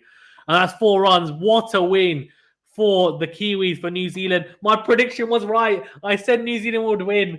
Come on. And I said Pakistan will win tomorrow, which means Pakistan will win the World Cup. No, but what a win for New Zealand. New Zealand win by 5 wickets. Unbelievable. Genuinely unbelievable. It's just, I did not see it coming. At the halfway stage, I said they wouldn't do it. I did predict before the game that they'd win. I predicted, they'd win. But then as the game wore on, I just got less and less confident. But what an absolute fantastic game. I mean, it looked like they weren't going to do it at the halfway stage. It looked like it was out of reach. They were losing wickets. Daryl Mitchell did the business, 72 or 47. He ended up, right, he was going at a strike rate of 100. He ended up on a strike rate of 153. Unbelievable. Santner came in with that valuable 1-off-1. But it was Nisham who did the damage, man. 27 off 11. 1, 4, and 3 sixes. And that over off Chris Jordan. It went for 23, if I'm not mistaken. Unbelievable. And that killed him. It killed him. And then Wokes at the end, I mean, it's tough. It's tough from there. No, they needed, what was it, 11 and over. They're not going to get it from there. It's difficult. It's very, very difficult, to be honest with you. And Wokes, worst delivery to finish. It wasn't a very good delivery. He went for the Yorker. Cryptic says, I genuinely now think England will never win a World Cup in the T20 in the next decade. Mate, there's a lot of T20 World Cups coming up. I wouldn't say that. I would be surprised if they don't win one the next decade. They've got a good side. They might win it next. There's one next year in Australia. Imagine if England have Archer and Wood fit and Tymor Mills, mate. I'll just come and rip through people with the seamers on the Aussie tracks, to be fair. England can play in all conditions. So, but this can happen. You can lose in a knockout game. That's the thing. England have looked a lot better than New Zealand throughout the whole World Cup. But New Zealand are a good side, right? And all it takes is, and I've said this, and Aaron said this before, T20 is unpredictable. All it takes is one innings. And what it was that one innings from Nisham and that one over from Chris Jordan. And coincidentally, they happened at the same time. And that was it. And that's what won them the game. Cribbs says, I wanted England to win. I didn't. To be fair, I kind of wanted England to win as well. It wasn't that, as my prediction was New Zealand. Good win for New Zealand. Shafkat says, Cribbs, I disagree. England still has a solid squad, as well as a great pipeline. Then winning is still possible. It's true. It's true. I predicted New Zealand to win the World Cup in our annual awards, our QualityShot awards for cricket last year. So it was probably 11 months ago. And then on top of that, I said before this World Cup as well, New Zealand, so I stuck to it. But I didn't really expect them, how the World Cup was going. I just thought it wouldn't happen. But they've done it, to be fair. And Mitchell, man, flipping out, great stuff.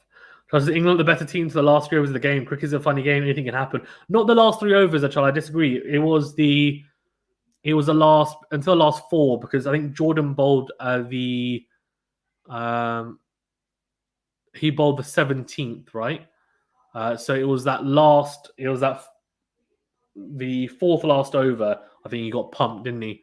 So it was that over that killed him. And then from there, right, 11 and over, you'll get it. Who says they always bottle semi-finals or finals? So I guess no, they don't. Hey, Cryptic, they've won the T20 World Cup in 2010, mate, and they won the 2019 ODI World Cup. Don't be silly. Chris says, so I guess Pakistan, don't say that. So I guess Pakistan, New Zealand. We need to beat Australia tomorrow. And as New Zealand has shown, and I'm a bit worried because someone like Maxwell can do exactly what Nisham did. And they've also got Warner, and they've probably got a potentially, better lineup than New Zealand. And bowling-wise, I'm worried about their bowling. So we'll see tomorrow how it goes. We should be streaming the whole match, so keep an eye out. Cryptic says, so yeah, do get involved, guys, as well. Cryptic says, India qualified for Mumbai Airport. Come on, Cryptic. Guys, remember to like the video as well and subscribe to the channel if you haven't already.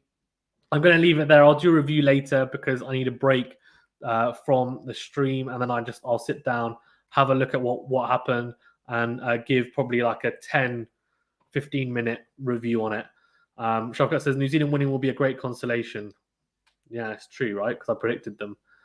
Chris laughs. Yeah, thank you very much, guys. I do appreciate it. Smash the like button. Smash the subscribe button as well if you haven't already. Follow us on Twitter, QualityShot1. Follow us on Instagram, QualityShotF. Follow us on Twitch, QualityShot1. We've got a Discord server as well. The description is in the link is in the description to this video. Yeah, 72 or 47 for Mitchell. Not out as well. 4 6s and 4 4s. Unbelievable knock and Nisham 27 off 11. New Zealand do the business here. They caused the upset. And they're class side and underrated, and always, to be fair, always seem to be.